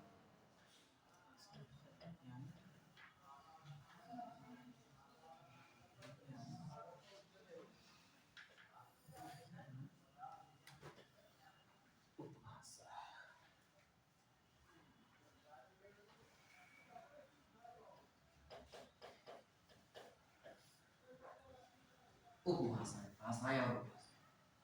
देखो, पहली जो अपभ्रंश है उस अपभ्रंश का पहला का नाम क्या है? सौर सेनी।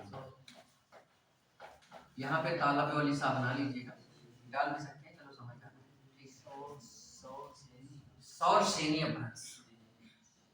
दूसरा जो अपभ्रंश है वो है बैसाखी।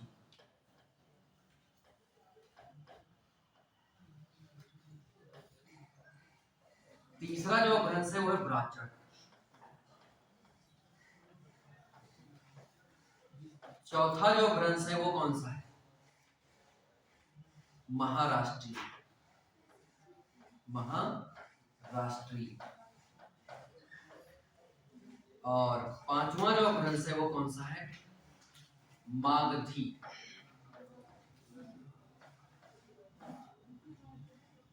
छठवां है अर्धमागधी।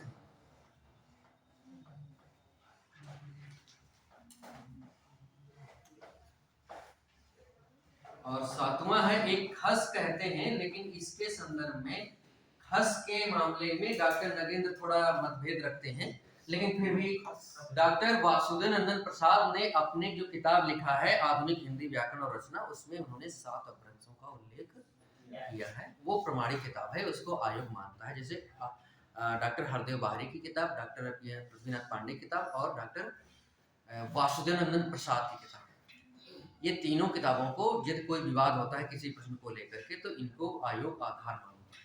ठीक बात है। तो इसलिए हम उन्हीं किताबों में जो प्रमाणिक बातें कही गई हैं मैं उन्हीं को बताऊंगा। ठीक है। दूसरी बात यह है कि यदि आपको अच्छा व्याकरण हिंदी का पढ़ना है तो आपको डॉक्टर वासुदेव नंदन प्रसाद की किताब पढ़नी चाहिए। और यदि आपको शब्दावली बहुत सारे पढ़ने हैं, डॉक्टर वासुदेव नंदन प्रसाद, वासुदेव नंदन प्रसाद सीतापुर मिल जाएगी, 150 किलोमीटर है। वासुदेव नंदन प्रसाद, यदि आपको व्याकरण अच्छी पढ़नी है तो इनकी किताब पढ़नी चाहिए। और शब्दावली यदि अच्छी पढ़नी है, शब्दावली का मतलब तत्सम तद्भव विलोम पर्यायवाची मुहावरे इस तरह से खूब पढ़ने हैं। आपको 500 तत्सम याद करने हैं, पर्यायवाची 1000-1500 याद करनी है। ठीक है। तो ऐसा यदि पढ़ करना है तो आपको हरदेव बाहरी की किताब अथवा पृथ्वीनाथ पांडे की किताब, दोनों में से कोई एक ले सकते हैं, दोनों से। ठीक है, कोई दिक्कत नहीं जी। पृथ्वीनाथ पांडे, डॉक्टर पृथ्वीनाथ पांडे की सामान्य हिंदी नालंदा जिसे कहते हैं, नालंदा वाली किताब। ठीक है, तो वो पढ़ सकते हैं। इस वाली किताब में तत्सम तद्भव विलोम पर्यायवाची मुहावरे इतने ज्यादा नहीं दिए गए, 10-50 दिए गए, 10।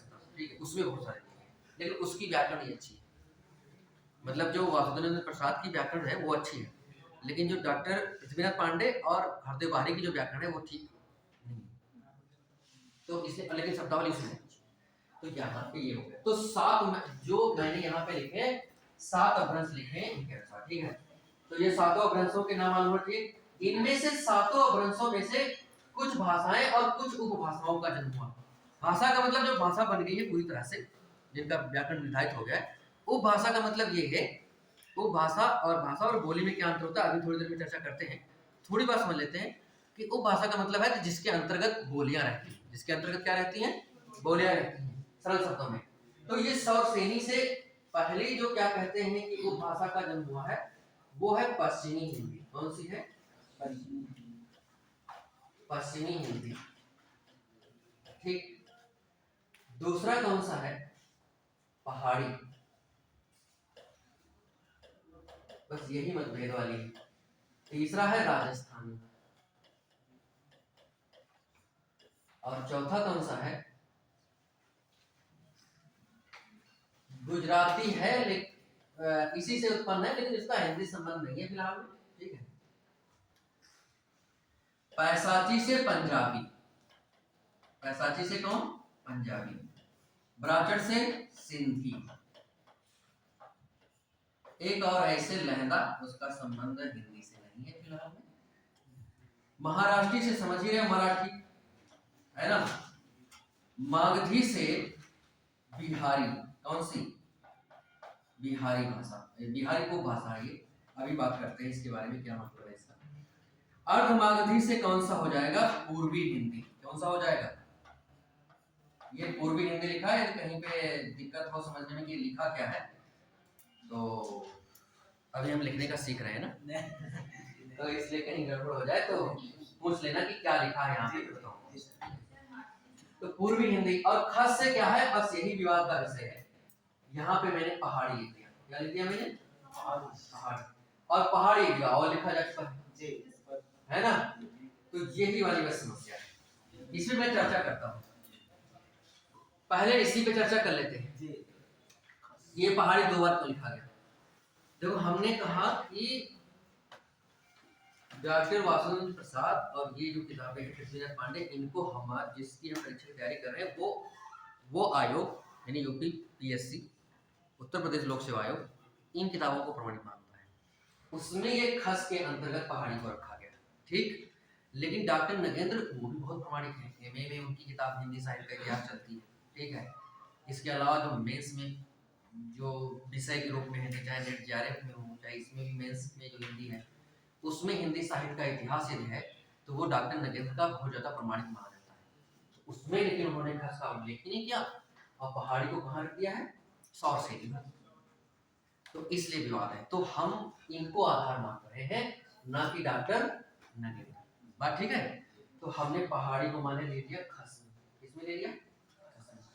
अब तो 7 हो गए अपभ्रंश। आपसे पूछ ले कि अपभ्रंश कितने विकास हुआ? 7। लेकिन इन 7 में से हिंदी से कितने अपभ्रंश संबंधित है? तो उनमें से केवल ये देखो, एक है सौर श्रेणी, दूसरा है मागधी, तीसरा है अर्धमागधी, और यदि पहाड़ी को इसी में शामिल कर ले तो केवल 3 का ही, और इसको अलग कर ले तो 4।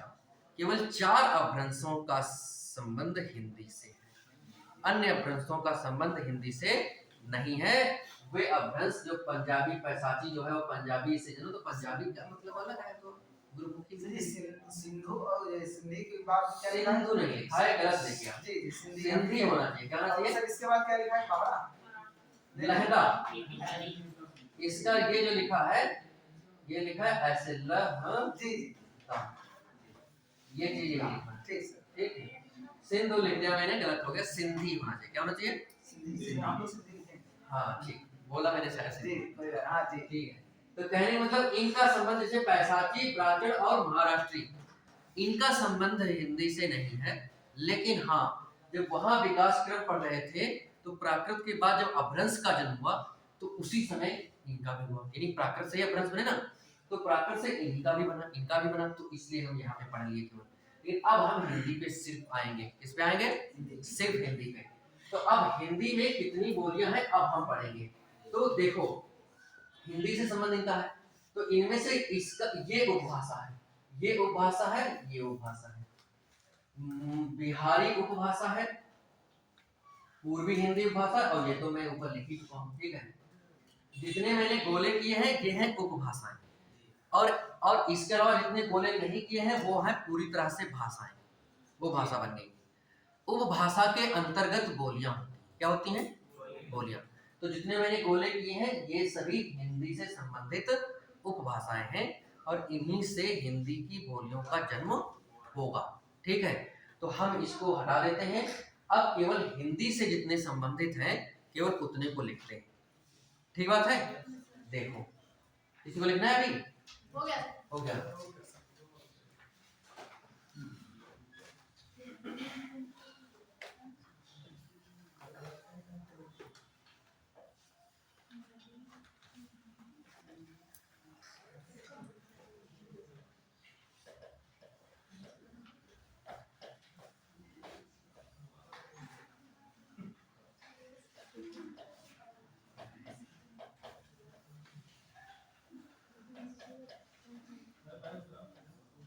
अब देखो ये तीनों में हम अंतर बताते हैं और ये जो अब पढ़ाने जा रहे हैं अब ये पूर्णतः हिंदी वाली बात होने जा रही है। ठीक है, और इससे परीक्षाओं में प्रश्न पूछे, कैसे पूछे अभी चर्चा करते हैं उस पर। पहले हम सीखते हैं, पहले तो हम ये जान लें अपभ्रंश उपभाषा और बोली में और भाषा में क्या अंतर है। अपभ्रंश का तो मैंने बता दिया कि बिगड़ा हुआ रूप है। ठीक है, वो भाषा उससे भाषाएं कुछ उपभाषाएं निकलेंगी। और ये तो हम भाषा और उपभाषा और बोली में अंतर बताते हैं। तो पहले तो भाषा और बोली में अंतर जानते हैं, कोई बताएगा? बताइए।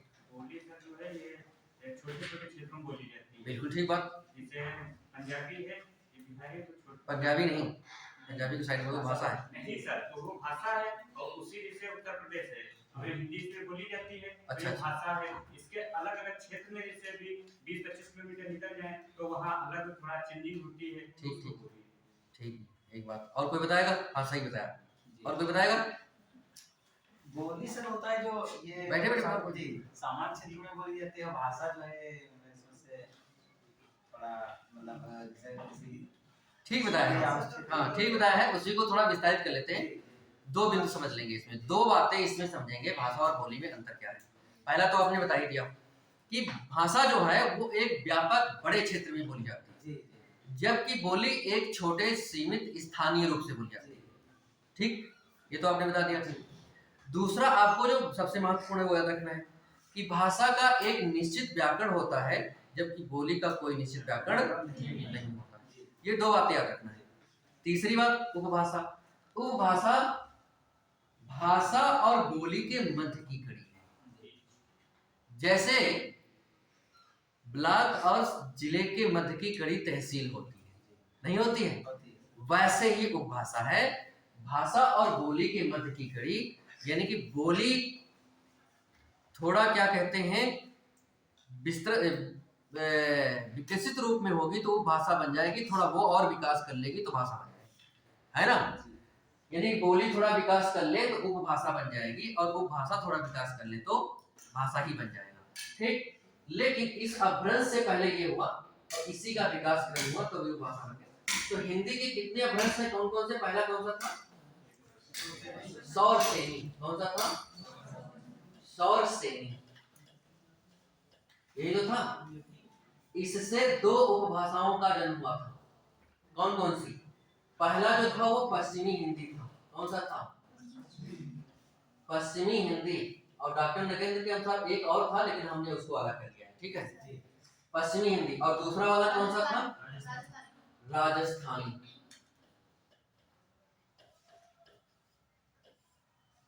ठीक बात।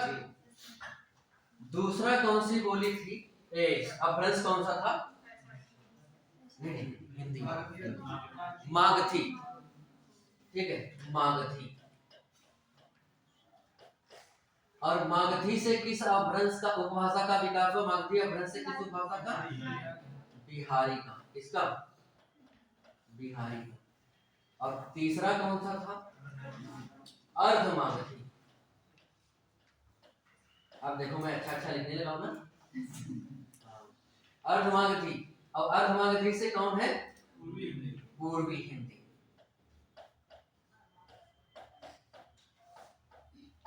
पूर्वी हिंदी। और चौथा कौन सा हमने इसमें लिया था? खस। ये तो, और खस से कौन सी थी? पहाड़ी।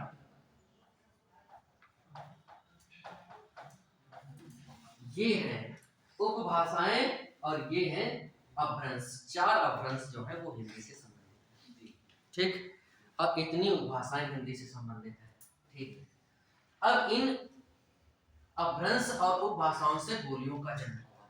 ठीक, तो पहली जो पश्चिमी हिंदी है, उस पश्चिमी हिंदी में पहली जो बोली होगी वो कौन सी बोली है? वो है खड़ी बोली। कौन सी बोली है? खड़ी बोली है।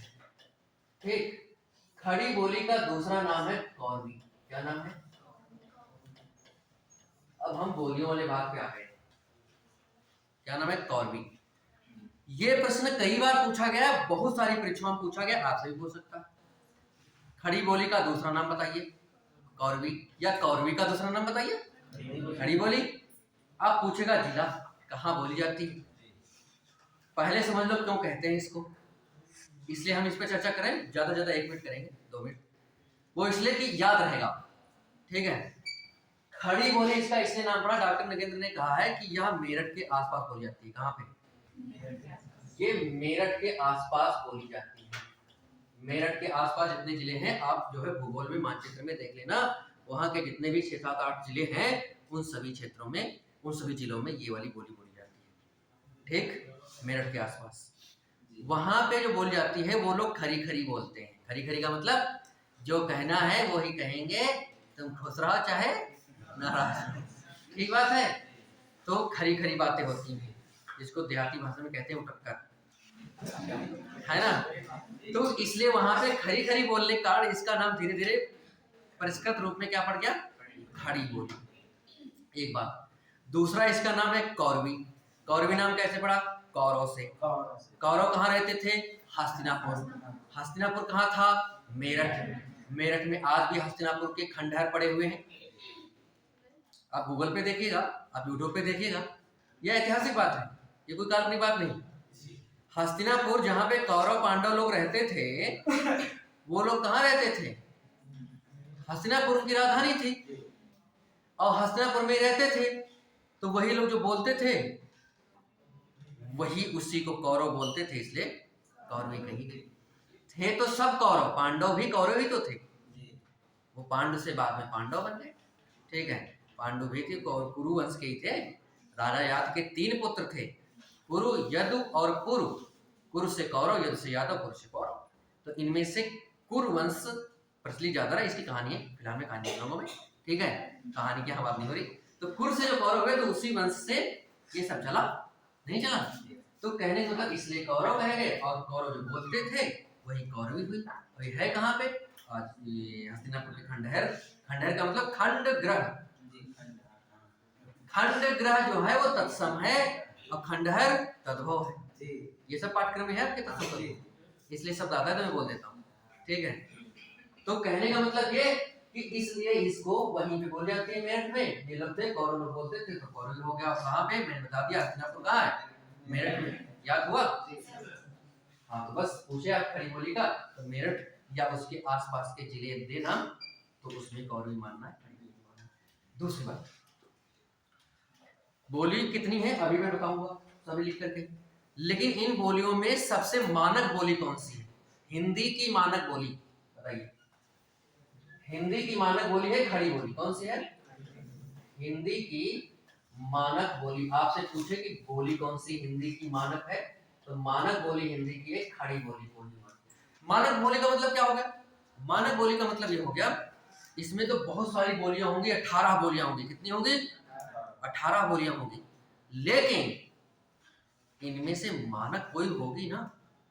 मानक का मतलब ये है कि जैसे कि हिंदी मीडियम, इंग्लिश मीडियम को पढ़े होगे, स्कूल कोर्स, सिलेबस, पढ़ाई लिखाई खूब होता है हिंदी मीडियम, इंग्लिश मीडियम। तो हिंदी मीडियम का मतलब क्या हुआ? हिंदी में तो 18 बोलियां होंगी, जिसमें ब्रज भी होगा, भोजपुरी भी होगा, अवधी भी होगा, बघेली भी होगा, बुंदेली भी होगा, कन्नौजी भी होगा, बहुत सारी बोलियां होंगी 18। तो आपकी किताब जो हिंदी मीडियम की है, तो क्या वो ब्रजभाषा में लिखी जाएगी? आपकी किताब क्या बुंदेली में लिखी जाएगी? आपकी किताब क्या भोजपुरी में लिखी जाएगी? नहीं। तो फिर इन 18 बोलियों में मानक कौन सी बोली है? मानक बोली है, भारत सरकार ने निश्चित किया, विद्वानों के अनुसार खड़ी बोली को। किसको? तो आपसे पूछे इनमें से मानक बोली कौन सी है, तो आप बताओगे खड़ी बोली है। ठीक है। तो हिंदी मीडियम का मतलब होता है जैसे कि विज्ञान की किताब है, इतिहास की किताब है, वो हिंदी मीडियम है तो भोजपुरी में लिखी नहीं हो, और जबकि भोजपुरी भी हिंदी का ही बोली है। तो इसका मतलब इतनी जब बोलियां हैं तो फिर मानक कोई बनाया गया, तो वो बनाया गया खड़ी बोली को। यदि हिंदी मीडियम है तो इसका मतलब खड़ी बोली की बात हो रही है। यदि हिंदी का अखबार है तो इसका मतलब खड़ी बोली में लिखा गया, हिंदी की पत्रिका है तो इसका मतलब खड़ी बोली में लिखा गया। मेरी बात समझ पा रहे हो मैं क्या कहना चाहता हूँ? अभी आप और स्पष्टता से समझेंगे जब सभी बोलियां बता लेंगे तब। दूसरी बोली देखो कौन सी है, दूसरी बोली है हरियाणवी। दूसरी बोली कौन सी है? हरियाणवी। हरियाणवी का दूसरा नाम है बांगरू। क्या नाम है? बांगरू। ये समझ रहे हो कि हिसार इत्यादि जो जिले हैं हरियाणा के, है ना, तो उत्तर प्रदेश और हरियाणा के जो सीमावर्ती भाग, सीमावर्ती जिले हैं, उन जिलों में जो बोली जाती है, कई जिले हैं, दो ही एक नहीं 10-5 जिले हैं, उन जिलों में जो भाषा बोली जाती है वो हरियाणवी है। वैसे तो हरियाणा पूरा जो हरियाणा है, उस पूरे हरियाणा में जो बोली जाती है थोड़ा बहुत अंतर रहेगा, जिससे अभी कहा था वो कोस कोस पर बाड़ी बदले 4 कोस पर पानी, ठीक है, कहावत है हमारे वहाँ। तो अब 4 कोस पे पानी जब बदल जाए, कोस कोस पर पानी जब बदलेगी, तो इसका मतलब ये है कि हरियाणा में भी कई होंगी और भी, है ना, लेकिन उनका एक सबका सम्मिलित रूप जो है मान लिया जाता है कि क्या है, हरियाणवी है, उसी को बांगरू कह लेते हैं, ठीक है। तो हरियाणवी में जितना है वो सब हिंदी के ही अंतर्गत, हरियाणा में जो कुछ बोलते हैं वो हरियाणा वाली भाषा हिंदी के अंतर्गत की भाषा है, कह सकते हैं हिंदी की भाषा। तब तो हरियाणवी को हिंदी की बोली में शामिल किया गया, है ना। और ये तो हिंदी की है ही है। अच्छा एक बात बताओ, सपना चौधरी कत्ते कत्ते गाना सुने? बहुत सुने ना। तो ये तुम समझ नहीं पा रहे होते तो क्या सुनते हो तुम? किसी ने मलयालम में गाना सुनते हो कोई लोग? तेलुगु में सुनते हो? कन्नड़ में सुना किसी ने? उड़िया असमिया में सुना? ना सुने हो। भोजपुरी समझ लेते हो तो भोजपुरी सुनते हो, ठीक है ना। थोड़ा थोड़ा कबू कबू पंजाबी में भी सुन लेती हो क्योंकि थोड़ा थोड़ा समझ लेते हो। लेकिन पंजाबी जो है वो हिंदी में शामिल नहीं है, क्योंकि उसमें हम लोग ज्यादा जान नहीं पाते, वो मिलती जुलती, ज्यादा जान ना पाने का मतलब मिलती जुलती है नहीं, तो कैसे जानेंगे। और हरियाणवी पूरी मिलती जुलती है तो हम लोग समझ लेते हैं, चाहे जैसे गाओ हम तो जानते हैं, तो मजा आता है ना। तो कहने का मतलब है कि ये हरियाणवी भी हिंदी के ही अंतर्गत है। हाँ, तो अब दूसरी बात, दूसरी बोली, तीसरी बोली कौन सी है? बुंदेली। कौन सी बोली भैया?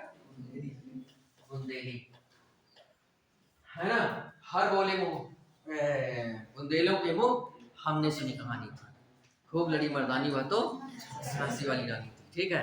तो हर बोले बुंदेले, हर बोले का मतलब होता है, हर बोले एक वाक्यांश के लिए एक शब्द है, मतलब कि एक अनेक शब्दों के लिए एक शब्द होते हैं, तो अनेक शब्दों के लिए एक शब्द है हर बोले। और हर बोले का मतलब होता है कि जो वीर रस की कविताओं को गा करके सुनाते हैं उनको कहते हैं बुंदेलखंड में हर बोला। क्या कहते हैं? और वही हर बोले वो क्या सम्मान से बहुवचन है ना। तो यहाँ पे आपको सुनने बुंदेली, अब बुंदेली कहाँ बोले जाती है? बुंदेलखंड।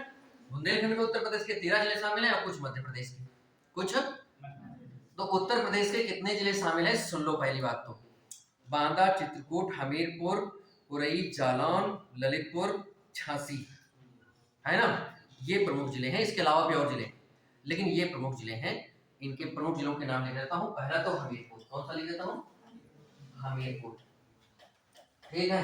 दूसरा पूछ सकता है बांदा, जो पूछ सकते हैं वही लिखते हैं, वैसे तो कई नहीं है, देख लेना, है ना, उसके आसपास के जो जिले हैं अपने एटलस मानचित्र में, ठीक है।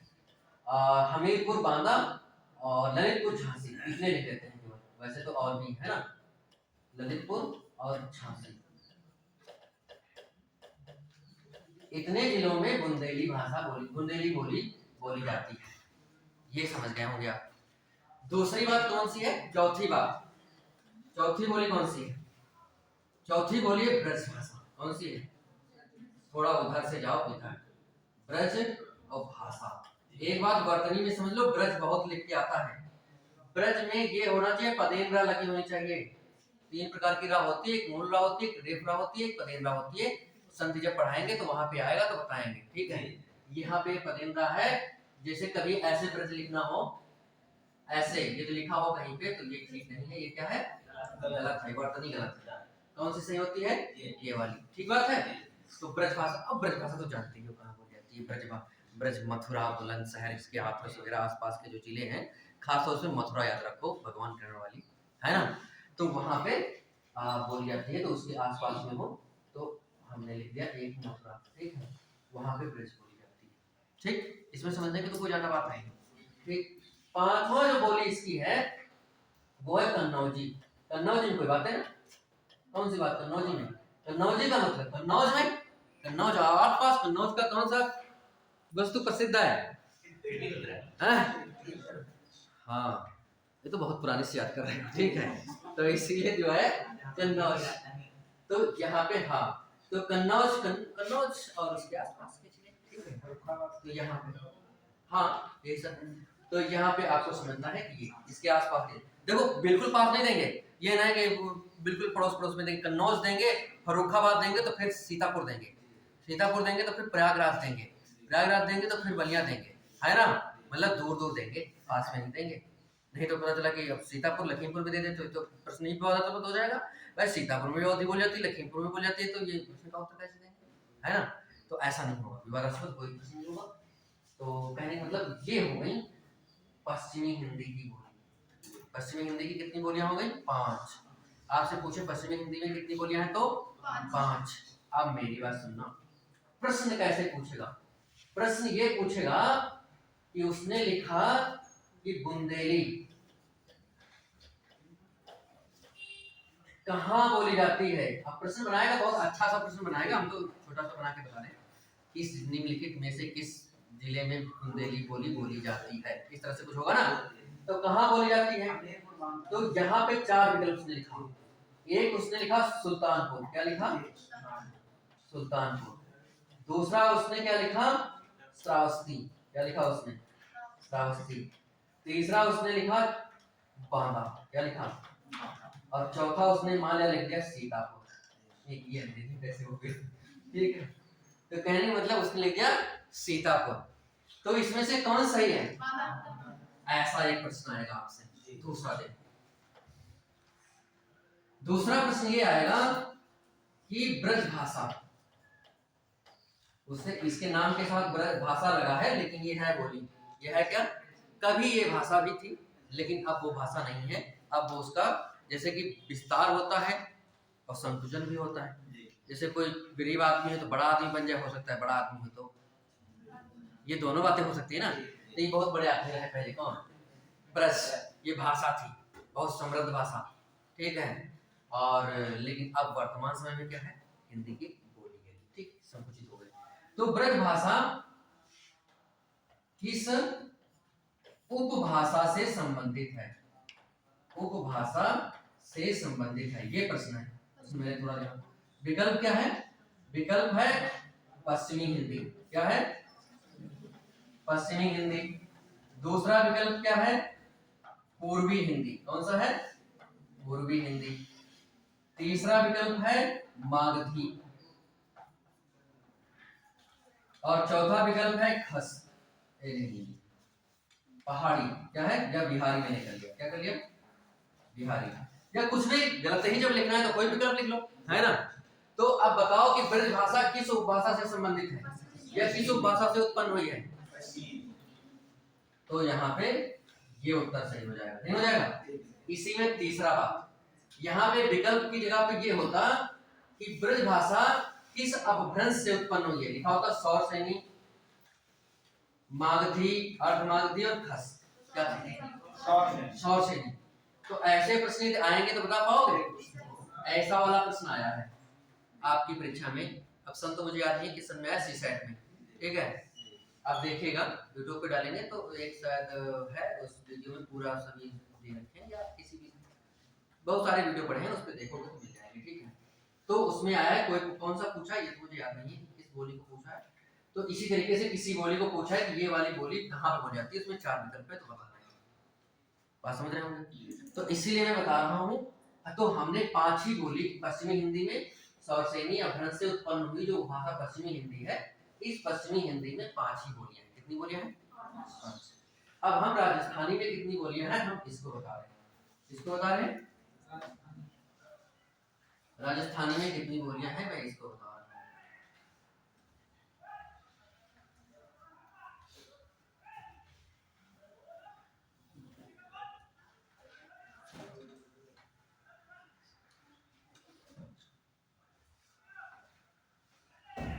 ठीक, राजस्थानी में देखते हैं। राजस्थानी की पहली जो बोली है वो है जयपुरी। कौन सी बोली है? अब देखो राजस्थान के भी जो जैसे हरियाणा के लोग बोलते हैं तो हरियाणा वाले में समझ जाते हैं हम लोग, तो हरियाणा की है। वैसे राजस्थानी भी समझ जाते हैं हम लोग। जैसे राजस्थानी भाषा में, राजस्थानी बोली में किसने लिखा है? मीराबाई ने। अब मीराबाई के मैंने राम रतन धन पायो, ऐसे कुछ लिखा है? प्रेम रतन धन राम रतन। तो कहने का मतलब ये है कि वैसा उन्होंने लिखा। तो ये जो चीजें उन्होंने अपनी जो पद लिखे हैं वो राजस्थानी में तो लिखे हैं और हम लोग समझ लेते हैं। हाँ, कुछ शब्द ऐसे हैं जो नहीं समझ पाते और कुछ शब्द तो ऐसे हैं जो यहाँ भी हिंदी की नहीं समझ पाएंगे, है ना। तो राजस्थानी भी हिंदी का ही बोली है, भाग है। तो उसमें पहली बोली कौन सी है राजस्थानी में? जयपुरी। जयपुरी का दूसरा नाम है ढूंढाड़ी। क्या नाम है?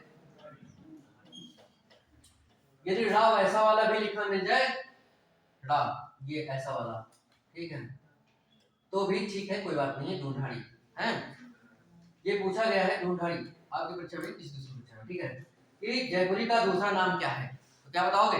ढूंढाड़ी। दूसरा है मारवाड़ी। दूसरा कौन सा है? मारवाड़ी। और ड़ा हो सकता है इसकी जगह पे इसलिए लिखा हो क्योंकि मारवाड़ी में ड़ा ये बनता है, तो हो सकता है आपकी किताब में यहाँ पे ये वाली ड़ा बना हो, ऐसे लिखा हो। ठीक बात है, तो यहाँ पे ये बात हुई है ऐसे। तो कहने का मतलब ये है कि ये हो गया मारवाड़ी। तीसरा इसमें कौन सा है? मालवी। और चौथा है मेवाती। कौन सा है? और भी हाड़ौती भी है इसमें, लेकिन चार ही प्रमुख मानी जाती है। कितनी? चार ही प्रमुख मानी जाती है। और इसमें जो है पूर्व, पश्चिम, उत्तर, दक्षिण भी होता है। जैसे ये लिखा है, तो हम लोग क्या, जब दिशा बतानी हो तो पहले नाम लेते हैं किसका? पूर्व। फिर क्या नाम लेते हैं? पश्चिम नाम लेते हैं।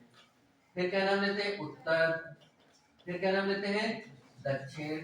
तो हमने जिस क्रम से लिखा है, देखो सबसे पहले तो जयपुरी लिख लेंगे, फिर मारवाड़ी देखो है, फिर मालवी है और मेवाती है।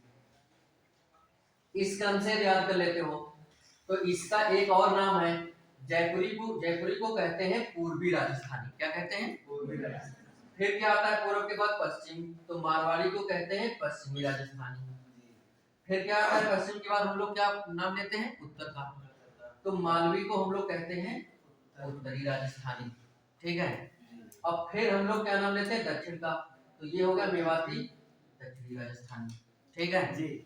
इसको हम ऐसे भी कर ले, जमा और मेमा। शायद मेवाती पहले होगा, ठीक है। मेवाती को पहले लिखोगे तो याद करने में आसानी रहेगा।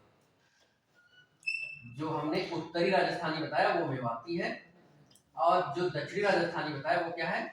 मालवी। ठीक है। तो ये वाली बात, जा से जयपुरी, और माँ से मारवाड़ी, और मे से मेवाती, और माँ से मालवी। अब देखो माँ, ये मालवी पहले समझेंगे कि मारवाड़ी पहले समझेंगे? तो पहले समझेंगे मारवाड़ी। क्या समझेंगे? और याद रखने के लिए क्या कर लेंगे कि जो बड़े होते हैं वो आगे चलते हैं, छोटे वाले पीछे चलते हैं। तो देखो मारवाड़ी में 4 अक्षर है तो ये बड़ा है, और मालवी में 3 अक्षर है तो छोटे हैं। तो पहले बाद वाले को, छोटे वाले को समझ लेना माँ को मालवी, पहले वाले माँ को समझ लेना मारवाड़ी, और ये तो मे ही है तो ये मेवाती हो गया। और इधर से चेक नहीं समझ पाए, जमा मेमा याद करना है इसको ऐसे। मैं ये कहना चाहता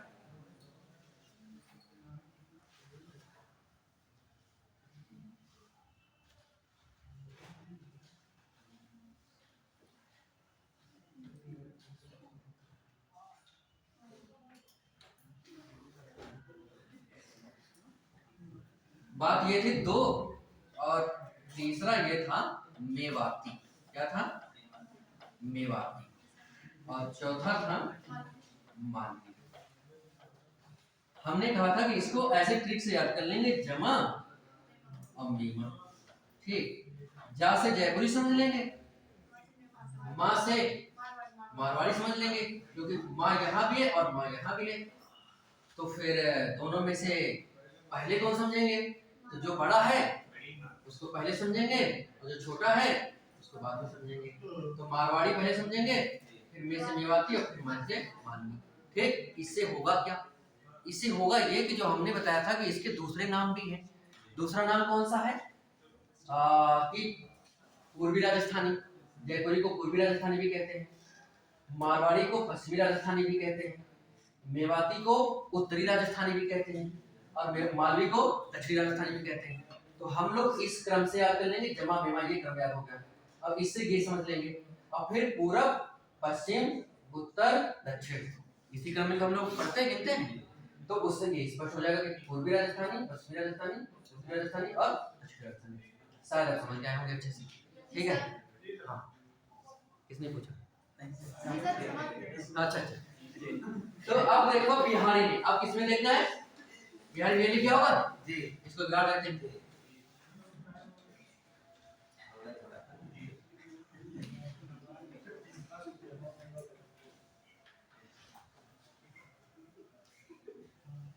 अब देखना मेरी बात, बिहारी में कौन सा होगा?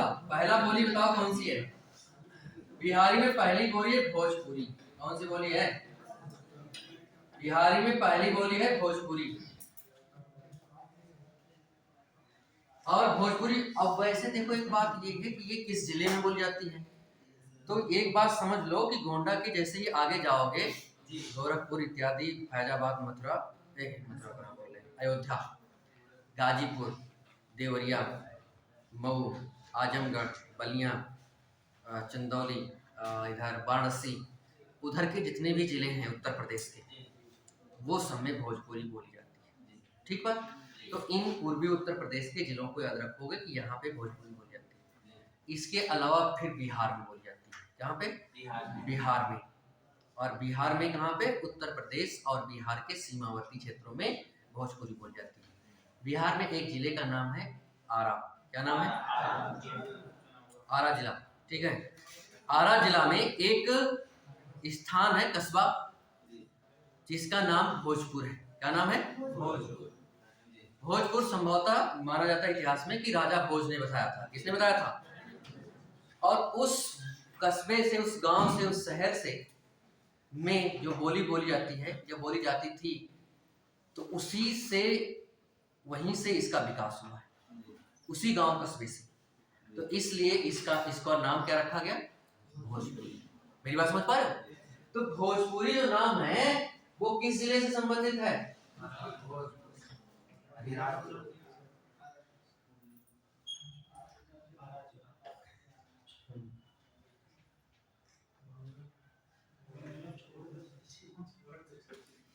बस एक मिनट,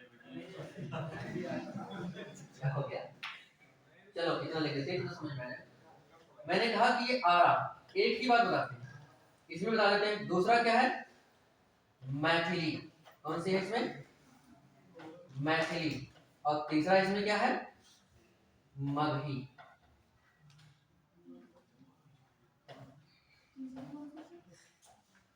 मगही लिखा है। तो मैंने बताया भोजपुरी जो है वो आरा जिले के भोजपुर नाम के स्थान से उत्पन्न हुई है। ठीक है, तो यहाँ पे भोजपुरी तो उत्पत्ति स्थान तो बिहार जरूर है, लेकिन बोली उत्तर प्रदेश में जाती है। उत्पत्ति स्थान, वैसे मेरा विचार तो ये है कि उत्पत्ति स्थान के मामले में ये होता है कि उत्तर प्रदेश का कोई जिला है तो उसके पूछने की संभावना ज्यादा है, क्योंकि उत्तर प्रदेश स्पेशल ही हमारे पाठ्यक्रम में है। दूसरा स्टेट जीके में है, लेकिन अन्य मामलों में नहीं है। ठीक है, तो कहने का मतलब ये है कि भोजपुरी में तो ये आपको जिला याद हो चाहे ना याद हो, याद तो वैसे तुमको होगा ही। एक गाना भोजपुरी में सुने हो? कौन? लगावे लो जब लिपस्टिक और हीलेला आरा डिस्ट्रिक्ट। सुना कि नहीं सुना? भोजपुरी का तो गाना है, तो उसमें आरा है कि नहीं? तो आ रही है। दूसरा है मैथिली।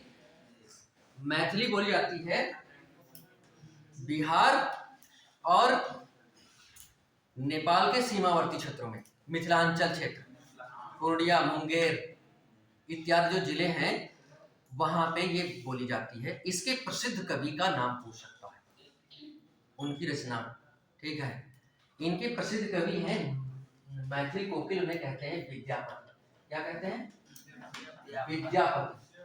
विद्यापति पदावली नाम से इनकी कई रचनाएं हैं, कीर्तिलता और कीर्ति पताका, है ना जी, इनकी रचनाएं हैं। और ये विद्यापति किस भाषा, किस बोली के कवि हैं ऐसा पूछ सकता है, तो इसलिए ये बहुत प्रसिद्ध हैं। ये कृष्ण की रचनाएं करते हैं, कृष्ण भक्ति की रचनाएं करते हैं। कैसी करते हैं? कृष्ण भक्ति की रचनाएं ज्यादातर करते हैं, ठीक है। और मगही समझ लो कहाँ पे है, तो मगही में एक बात जान लो कि मगध की मगही मगध से बना। मगध की राजधानी क्या थी? इतिहास में पढ़े हो, पाटलिपुत्र, वर्तमान नाम पटना। बस पटना के आसपास में मगही बोली जाती है, ठीक है। तो कहने का मतलब ये कहाँ पे मगही है? पटना के आसपास। तो अब बताओ, इसको बता दें, कल बताएं, अगले दिन? हाँ। अब देखो पूर्वी हिंदी में क्या है? पूर्वी हिंदी में है अवधी। कौन सी है? अवधी। अवधी जो हम लोग सीतापुर में बोलते हैं, ठीक है।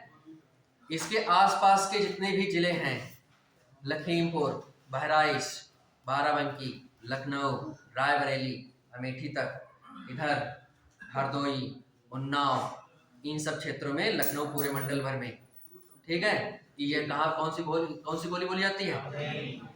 अवधी। अवधी बोली जाती है। अवधी के प्रसिद्ध कवि का नाम है तुलसीदास। वैसे और भी, ठीक है, लेकिन तुलसीदास ने प्रसिद्ध रचना लिखी किस, कौन सी? श्री रामचरितमानस। उसकी भाषा क्या है? ये पूछ सकता है कि श्री रामचरितमानस की भाषा क्या है, तो अवधि उत्तर देना है। किसने लिखा है हो सकता है पूछ ले, ठीक है। तो ये, और वैसे तो पूछेगा ही।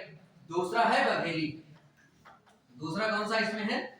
बघेली। बघेली क्या है? मध्य प्रदेश में, मध्य प्रदेश का बघेलखंड। बघेलखंड का मतलब सीधी, सतना, रीवा इत्यादि जो जिले हैं वहां पे, जबलपुर क्षेत्र में, तो मैहर देवी नाम सुना जी।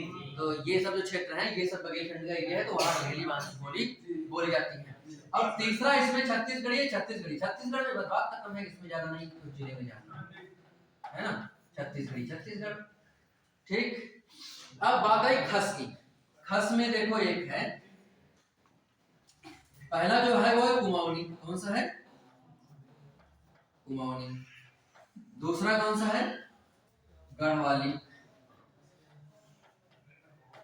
और तीसरा भी एक है जिसपे ही विवाद है, वो है नेपाली। कौन सा है? डॉक्टर नगेंद्र इस नेपाली को कहते हैं कि नहीं, हम अवधी भाषा में इसको शामिल नहीं करेंगे, हिंदी में शामिल नहीं करेंगे, क्योंकि नेपाली तो अपनी स्वतंत्र भाषा बन गई, नेपाल की है ना। लेकिन जो सामान्य जो आपके आयोग हैं, इन्होंने इसको मान रखा है कि यह भी हिंदी के ही अंतर्गत है, ठीक है। और बहुत सी भाषाएं नेपाली के समझ भी जाते हो, इसलिए इसको रख लिया गया विद्वानों के द्वारा से। तो अब इतनी बोलियां हिंदी में हैं, गिनो इसको कितनी हुई? कितनी हुई? कितनी हुई है? 18 हुई। सबसे महत्वपूर्ण प्रश्न तो यही है कि हिंदी में कुल कितनी बोलियां हैं, तो कितनी बताओगे? और वैसे पूछेंगे जैसे हमने अभी बताया था, वैसे भी बता लोगे, और वैसे बता लोगे। अब इसमें दो बातें बची हैं, वो दो बातें और बची हैं, कुछ बोलियों की विशेषताएं। एक अभी पूछा है आपके सीसेट में, आयो गयो लिख लो, ये किस भाषा की विशेषता, बोली की विशेषता है, तो ये ब्रज की विशेषता है। ऐसे ही 2-3 बोलियां केवल हैं, उनकी प्रमुख है, बता देंगे। और कुछ रचनाएं जो प्रमुख है वो बता देंगे, बहुत प्रसिद्ध वाली, कुछ तो नाम लिएगी। बस वो 10-15 बातें और हैं इसमें। कितनी बातें हैं? 10 से 15। इसके बाद ये खत्म, और हम दूसरे टॉपिक पे आ जाएंगे। इसका नामकरण और संवैधानिक स्थिति, 2 बातें।